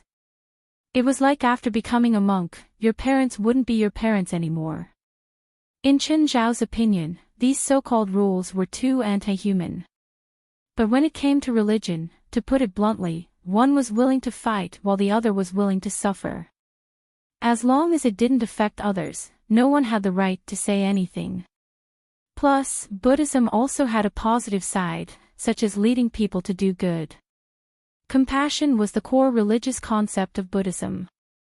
The 10 bald men were clearly weaker than the giant. But they were all unkillable cockroaches. No matter how the giant attacked them, they wouldn't lie down. They were like cockroaches in hot-blooded comics. When you can't kill me, I have 100 ways to kill you. They were the cockroaches of the spiritual world. No wonder the people of Mount Wutai sent them here. Bifla suddenly had a kind of belated realization. What's special about them? Chen Zhao asked. Their magic power and divine abilities are probably not the best in the spirit world. In fact, they might not even be the most outstanding in their own sections.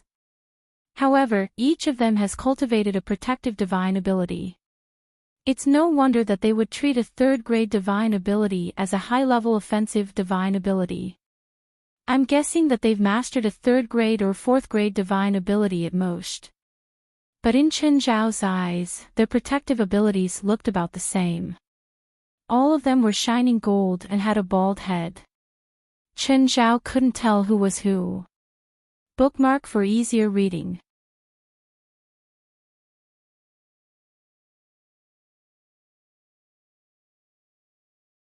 Chapter 22:19. This giant looks just big. There's nothing special about it. As soon as Chen Zhao finished speaking, the giant's eyes suddenly shot out a beam of red light. Destructive Ray. Chen Zhao had seen the Abyss demons use this move before and shoot it out with their eyes too. Jolanash from the Society could also use this spell. However, Jolanash's destructive ray was shot out from her fingers. Seeing that the destructive ray was about to hit his junior, Fa Jing flew in front of him. Fa Jing flew in front of his junior brother and shouted, "Vajra treasured Buddha's temple." The golden light around him seemed to have turned into liquid form, forming a golden wall. The golden wall was instantly shattered by the destructive ray. The violent impact sent Fa Jing and his junior flying. Immediately after, the giant took another deep breath and suddenly burst forth. Boom, boom, boom, the strong pressure destroyed 2 or 3 low-rise shops along the way. The 10 bald men were sent flying. Even Chen Zhao couldn't help but gasp. So powerful. However, even with such injuries, the 10 bald men still stood up unscathed. This will be a long battle. The 10 bald men's defense is really shocking. On the other hand, their attacks are too mediocre, Bifla said. Chen Zhao nodded, agreeing with Bifla. The strength of these 10 baldies couldn't be said to be weak, but their strengths and weaknesses were also very obvious. Just then, a beam of green light shot out from behind without any warning. The green light wrapped around the giant's neck and pulled him to the ground. In the next moment, countless rats crawled out from all directions of the street. The group of rats crawled into the giant's mouth, nose, and ears. The giant squealed, but there were too many rats in his stomach. He couldn't vomit them all out. Plus, the rats were wreaking havoc in his stomach without restraint. The giant was a clone and didn't have a soul. But it could also feel pain. After all, it was a living thing, not a dead one. Not long after, there was no movement from the giant. The rats crawled out of the giant's mouth, nose, and ears and gathered into a human shape. Just then, a few people walked out from other corners. The 10 bald men looked at them with righteous indignation. It seemed like they were old acquaintances. Yo, is this the gathering of the supernatural world in China? First it was the Wutai Mountain, and now it's the Union of 10,000 Immortals. Union of 10,000 Immortals? It seems very powerful. What powerful? It's just the demon clan. Do you really think they're the gods in your myths and legends? You're saying that the people behind us are monsters? I don't sense any demonic aura from them. Nonsense. When demons move about in the outside world, they must be wearing Dharma artifacts that can suppress their demonic chi. On one side are monks who subdue demons, while on the other side are demons that everyone respects. These two groups of people are mortal enemies, right? Sort of. They won't be friends anyway. The two groups of people looked at each other, and Fa Zheng was the first to speak. Linglong, what do you mean by this? This is the prey we saw first, and you guys are interfering like this. Are you trying to start a war? The leader of the Union of 10,000 Immortals team was a monster with the appearance of a young girl. Compared to the oddly shaped demons behind him, he looked completely out of place.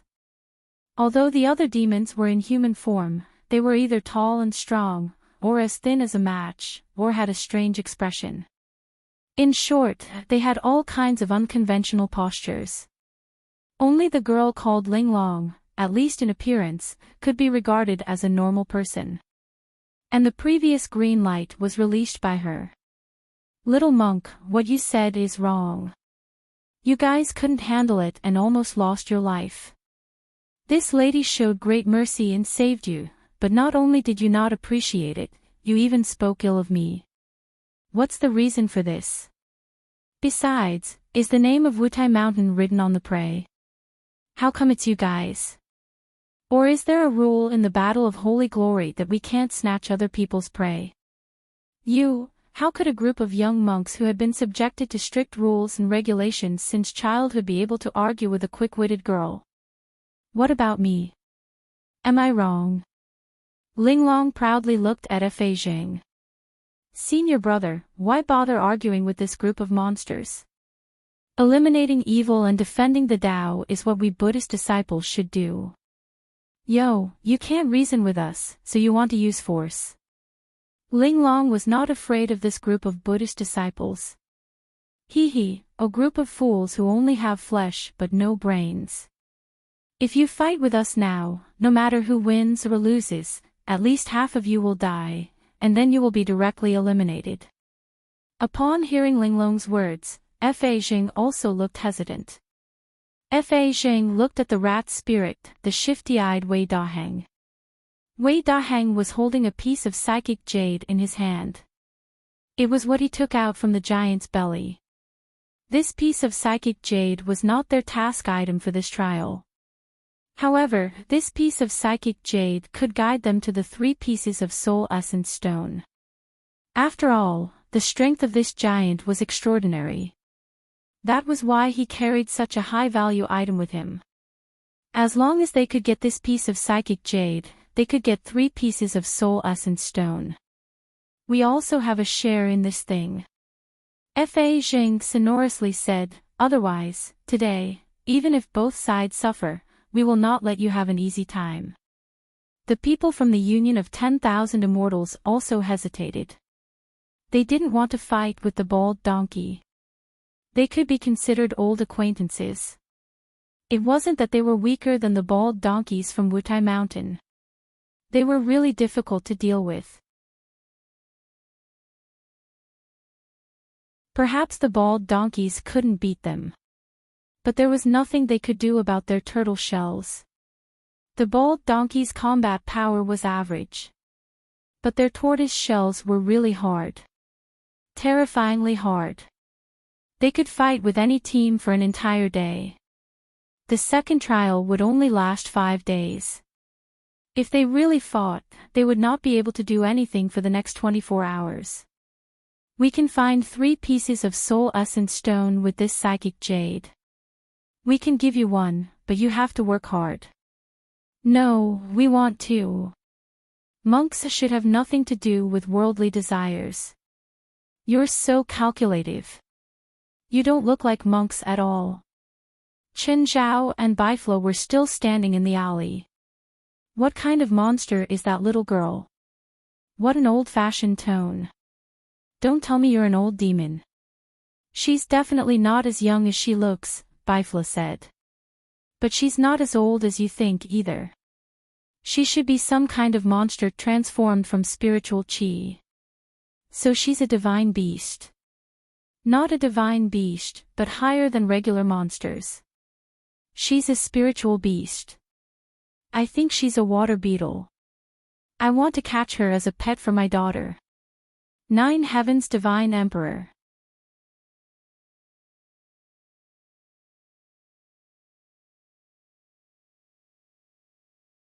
Chapter 22-20. I've heard of Baizé, but not the water bug. It's a poisonous monster that lives in the mountains and rivers. Are you sure you want to catch it for your daughter as a pet? Then forget it. Chen Zhao had heard that the water bug was poisonous. Considering the safety of his family, he gave up.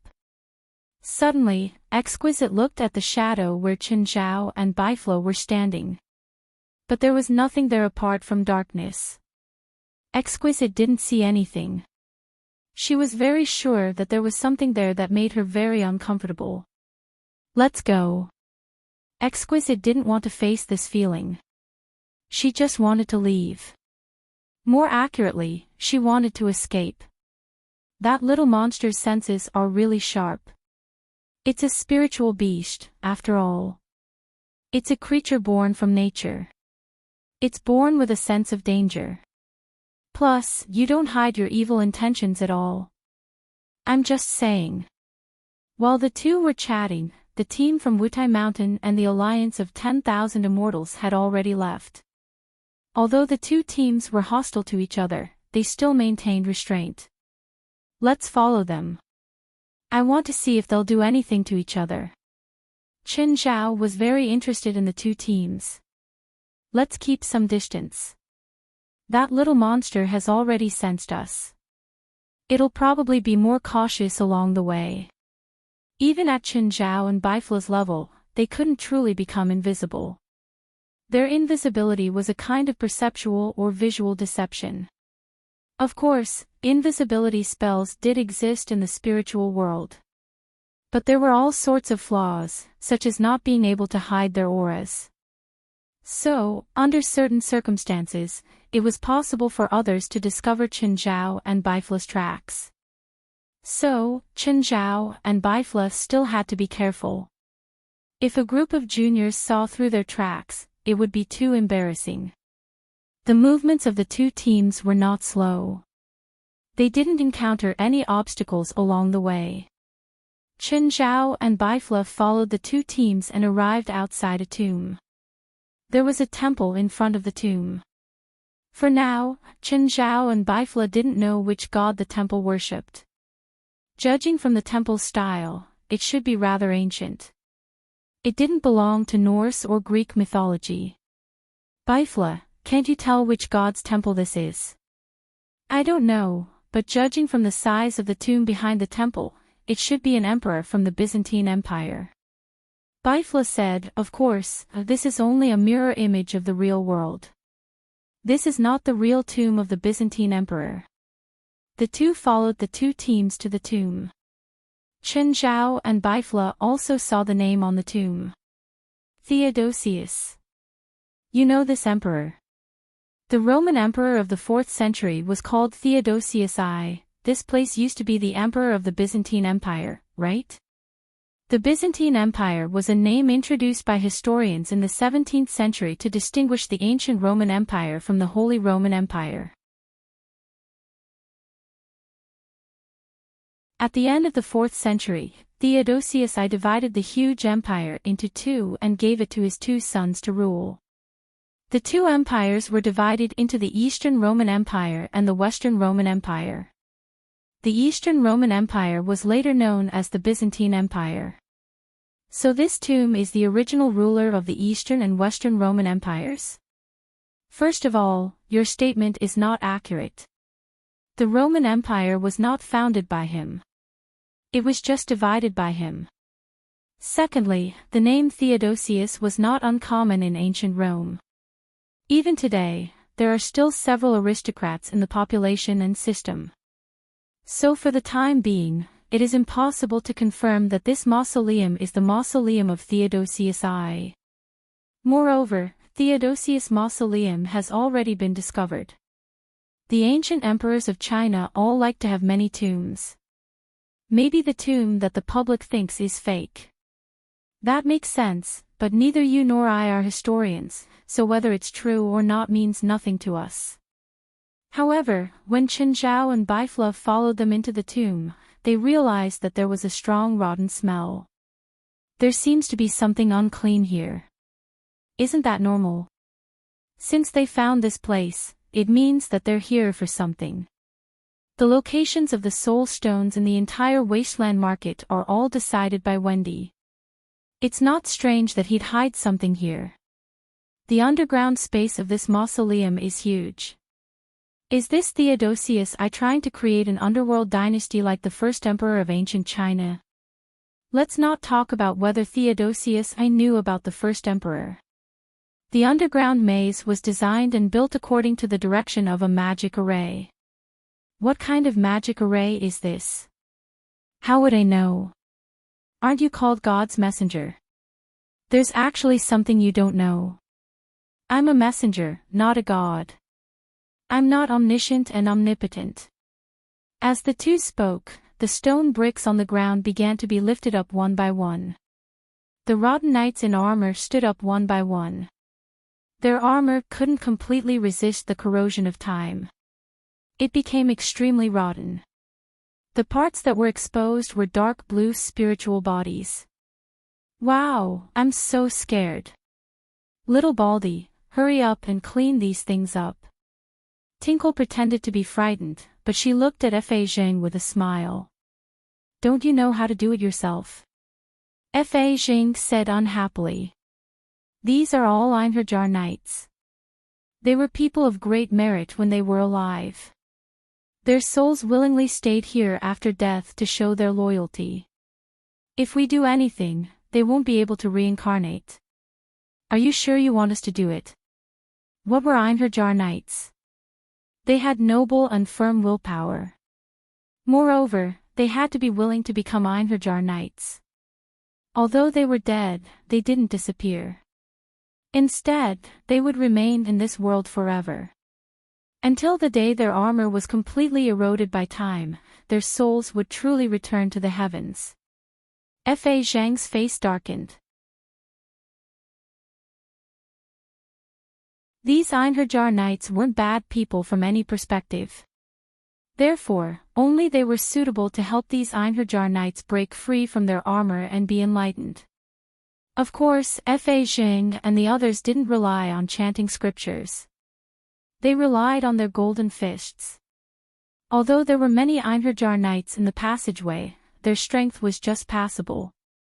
They couldn't stop the two teams at all.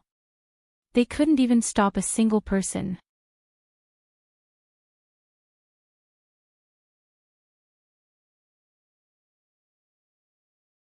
Chapter 22-21. It wasn't a smooth journey, but the two teams didn't encounter too many obstacles. They quickly found a soul essence stone. Apart from the Einherjar knights along the way, there were no other dangers. Everyone was dazed. It ended just like that. Even Chen Zhao and Baifla were greatly disappointed. The intense battle and danger they'd anticipated didn't appear. They'd explored less than 1/10 of the entire underground palace. Isn't it too easy? The psychic jade guided us. Of course it's easy. Exquisite glanced at Fa Zhang and said matter-of-factly, if we didn't have the psychic jade, do you think we'd be able to find such a hidden place? But the Einherjar knights along the way aren't on the same level as that giant. That giant provided the psychic jade. Its value isn't even on the same level. Just then, the rat demon Wei Daheng said, Exquisite, this underground palace is huge. There might be many good things hidden. Why don't we explore a bit more? This place doesn't give me a good feeling, Exquisite said. There's danger here. The other demons had great trust in Exquisite's senses. In fact, animal-type monsters all had very sharp senses. However, Exquisite was the sharpest one. Actually, we've never gotten out of danger, Exquisite said. Hidden in the darkness, Chen Zhao and Baifla glanced at each other. This little monster's senses were so sharp. They'd already been very careful, but the little monster still sensed danger. You mean someone's following us? Fa Zhang asked in surprise. At the same time, he and his fellow disciples started looking around, trying to find the stalker. Suddenly, Wei Daheng yelled, Found it. Qin Zhao and Bifla suddenly heard a mouse under their feet. The two looked down. A mouse had run under their feet without them knowing. Instantly, 20 people surrounded Qin Zhao and Bifla. Qin Zhao and Bifla glanced at each other and saw the helplessness in each other's eyes. They both had their own pride and arrogance. But they'd still underestimated each other's abilities. "What do we do now?" Qin Zhao asked. Qin Zhao didn't hide his question from the two teams. It was a blatant question. "Don't be too heavy-handed," Bifla said. "Me? You?" Bifla nodded. "Why me? Why didn't you do it?" "Because you're the one who exposed it," Bifla said matter-of-factly. "Fine." Qin Zhao was helpless. In terms of concealment ability, he was indeed inferior to Bifla. Bifla could even stand in front of others without being noticed. Just this ability alone was enough to impress Qin Zhao.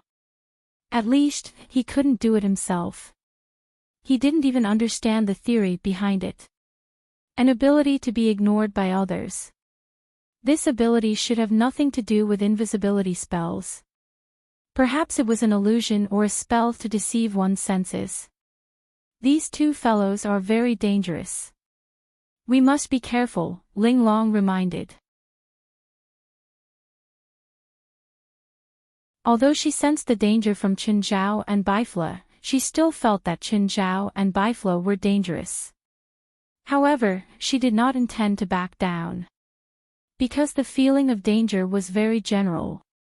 It wasn't a clear number. It was as if a child holding a gun was dangerous. Or perhaps there was a giant dragon standing in front of him, which was equally dangerous. Although Exquisite could sense the danger they posed, the level of danger they posed was far from enough to make her panic. Moreover, their two teams had 20 people. There were only 2 of them. So, Exquisite thought that there might be some danger. But they could definitely deal with it. Qin Zhao took a few steps forward and walked to the center of the encirclement. Bifla took 2 steps back and even made an inviting gesture. "Ignore me," Bifla said, smiling. "Just treat me as a spectator." Exquisite moved her feet slightly and moved behind Qin Zhao.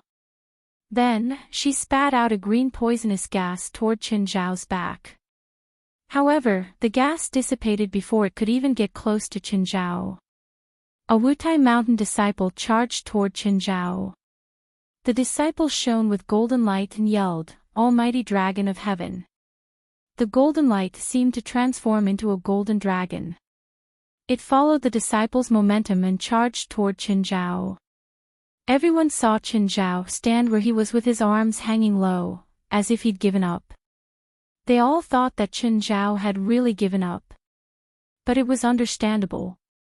After all, there were only 2 of them. Moreover, one of them had kept himself out of the fight. This meant that he had to face 20 people alone. Moreover, they weren't normal people either. They were spiritualists. And they were outstanding spiritualists.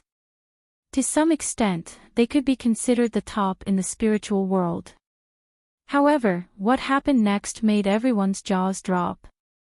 Qin Zhao raised his hand and grabbed the bald guy's neck, lifting him into the air. Everyone stared at Qin Zhao, stunned. How is that possible? Qin Zhao didn't use too much force.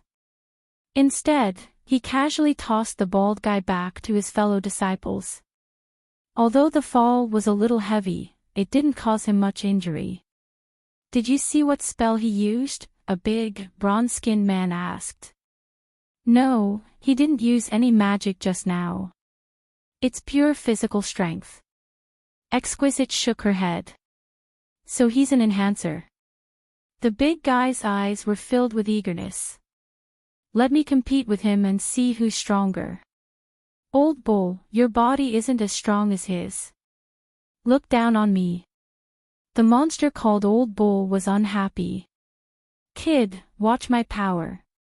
With that, a pair of horns grew out of Old Bull's head. He charged at Chen Zhao like a raging bull. Chen Zhao grabbed the horns with one hand and swung his arm, sending Old Bull flying. Just then, the three monks suddenly pressed their palms against each other's backs. The monk at the front shouted, "Level 5 Buddha's palm." Chen Zhao turned his head. The Buddha's palm was somewhat similar to his fist. The Buddha's palm landed on Chen Zhao. This time, it wasn't dissolved by his elemental constitution. The impact was very strong, but that was all. Chen Zhao's body only shook a little. Everyone was dumbfounded. How could that be? Just now, the three monks had stacked their powers. The stacked power was definitely much greater than a full-powered attack from three monks. But when it hit Chen Zhao, he didn't react at all. You've been fighting for so long. Even if it's a round game, it should be my turn, right?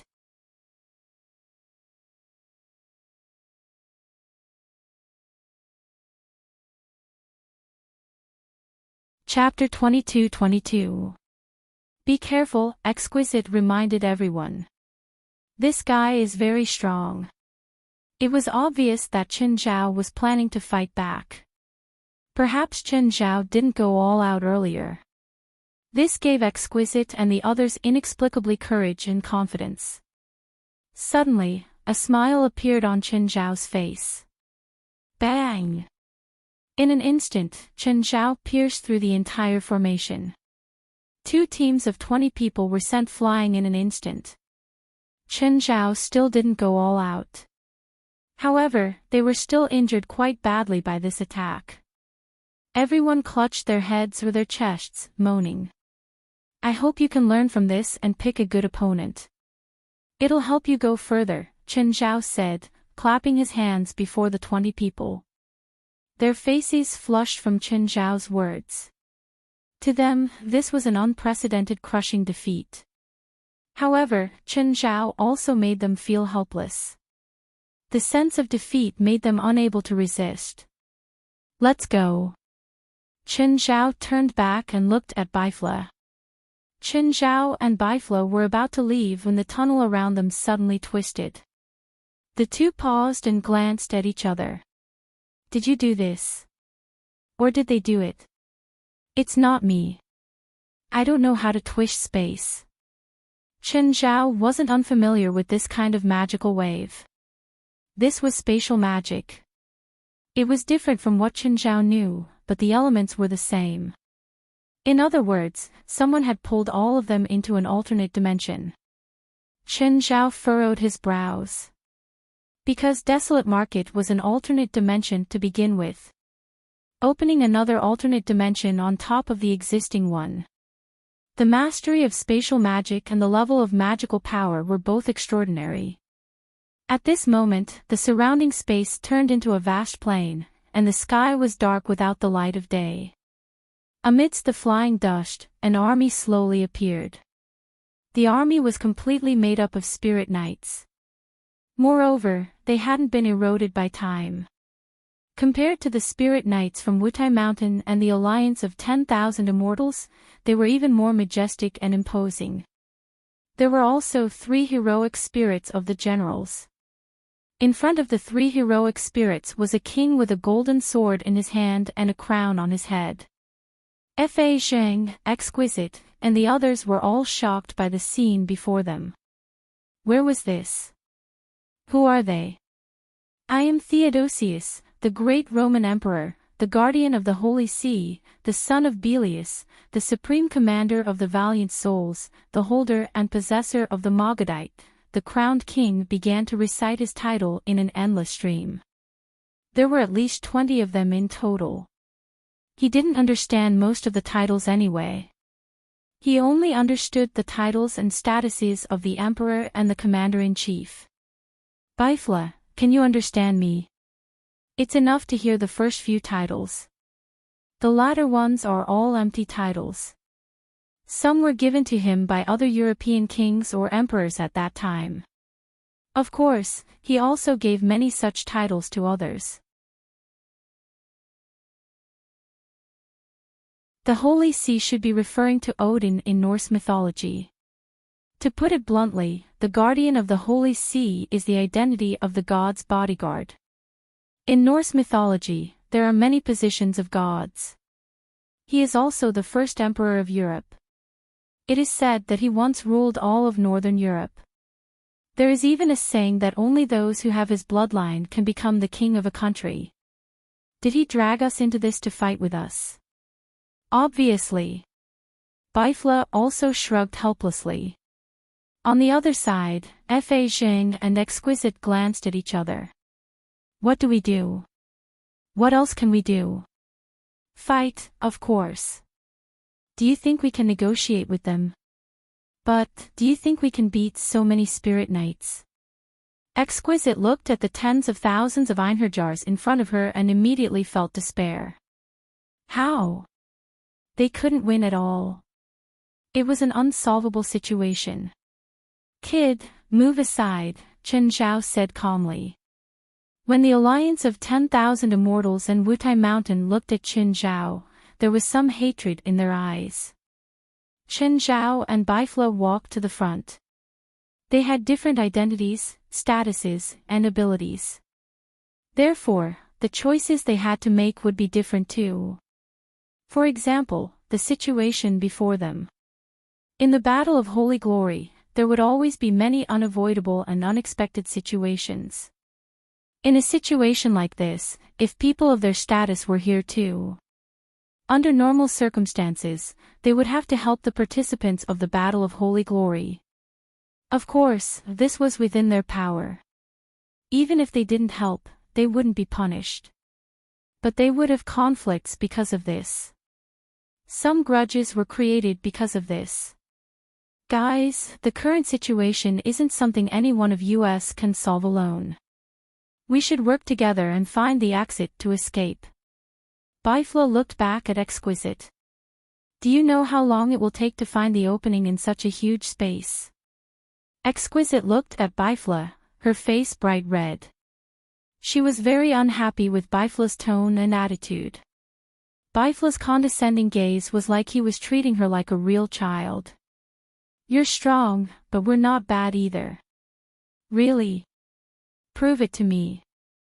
We don't need to prove anything. Anyway, if you want to leave, you'll need us. Bifla chuckled. You can't help it all. Fine, if you do it, we'll be fine. Bifla made an inviting gesture.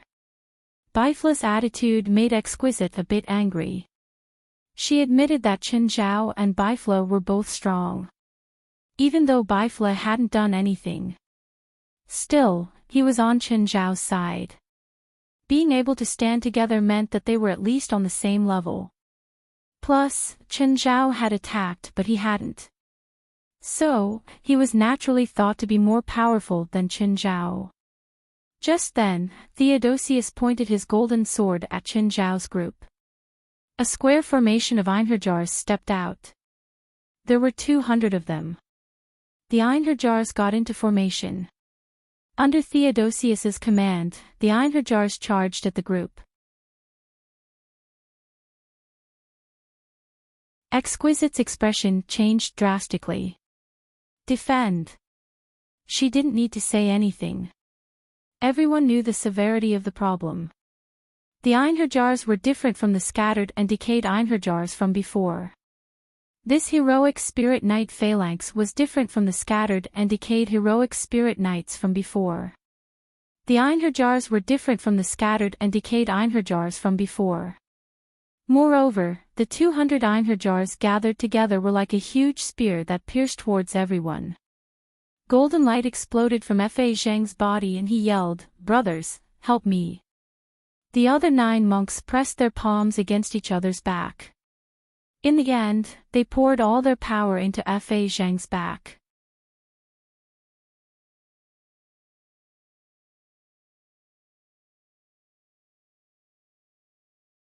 Chapter 22-23. Buddha's Palm. A gigantic Buddha avatar stood in front of the formation. It was 30 meters tall and shone with golden light. It lifted its right arm and slapped at the spirit knights. Hearing the name, Chen Zhao grinned. The name was a bit low. Bifla glanced at him. What's so special about the name? Nothing. Chen Zhao shook his head. But the Buddha's palm wasn't weak at all. In an instant, the vanguard of the Einherjar formation was smashed apart. 1/3 of the spirit knights were instantly destroyed. Then, the 10 monks ran out of magic power. If they were ordinary spirits, the number of killed would be 10 times higher. But the spirit knights weren't unclean spirits. They were created from the power of the holy element. Although it was a spiritual body, it had an extremely high resistance to the power of the saint type. Buddhist techniques and sacred light magic were two different systems. But their attributes were actually similar. Therefore, it was internationally recognized that Buddhist techniques were categorized as sacred. To the Einherjars, they were like fish in water, and the holy power was the water. How much water was needed to kill fish? So, the combined attack of the 10 monks from Wutai Mountain didn't achieve the effect they wanted. Of course, the loss of 1/3 of the Einherjar knights had disrupted their formation. The spirit knights reorganized their formation and the formation shrank. But their morale wasn't affected. Instead, it rose.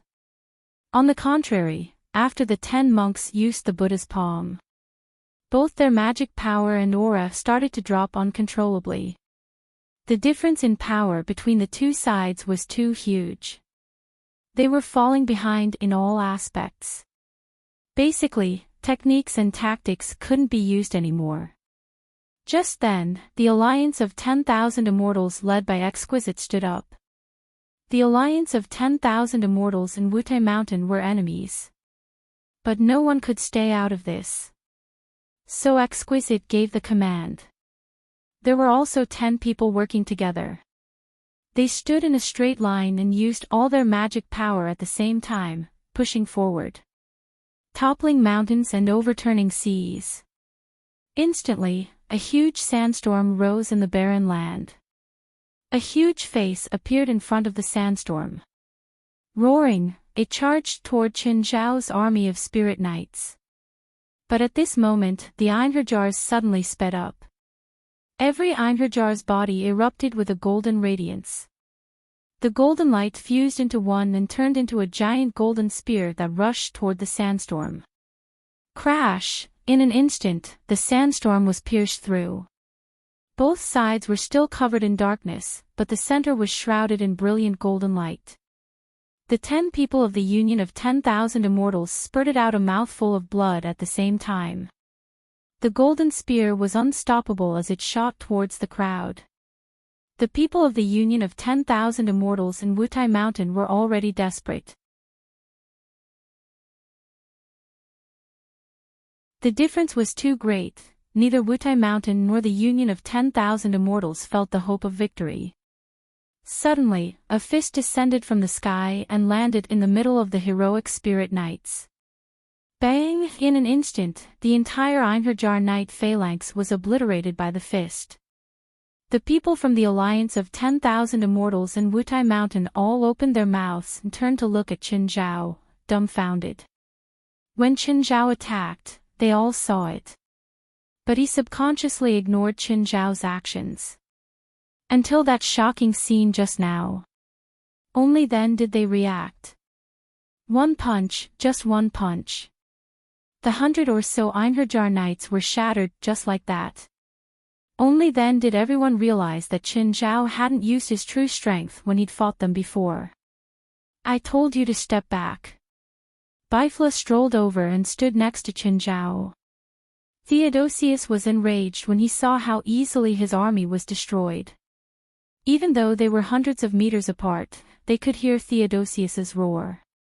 A general in black armor charged toward them on horseback.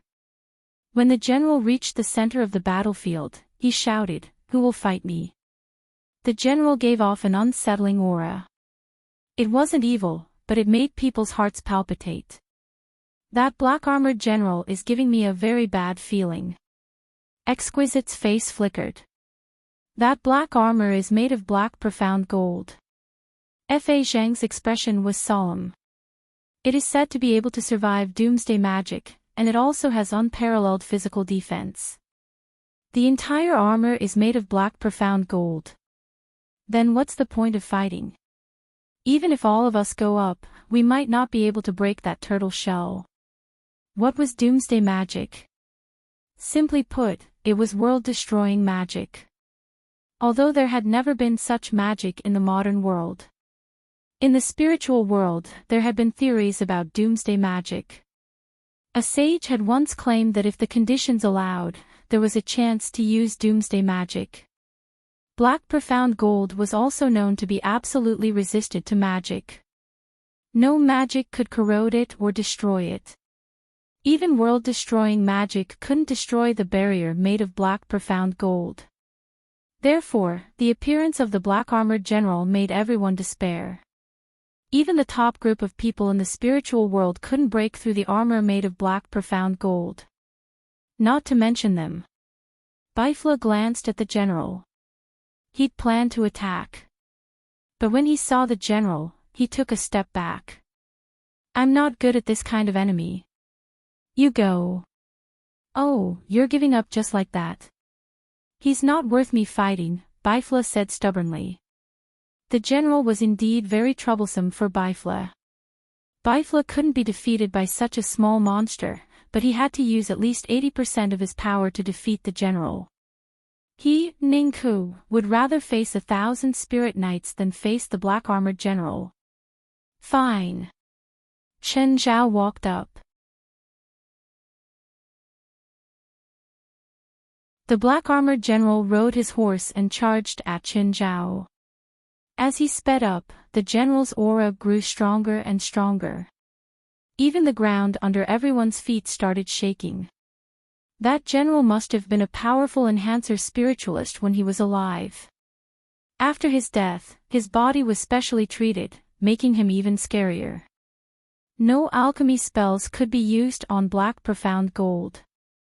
Therefore, black profound gold wasn't a magical metal. But enhancers, especially strength-type spiritualists, could unleash its full power. When a strengthening-type spiritualist wore this black profound gold armor, they were practically invincible. At least, spiritualists of the two teams' level couldn't fight against such an enemy. Moreover, they couldn't think of anyone who could break through the black profound gold armor. You're tuning into the LoveLore Library YouTube channel. We're so grateful for your support, and don't forget to subscribe to join us on this incredible journey through captivating stories. Your generosity through donations truly makes a world of difference, as it's the primary source of revenue that allows me to expand and enhance this channel for you. Thank you from the bottom of my heart for being a part of this adventure.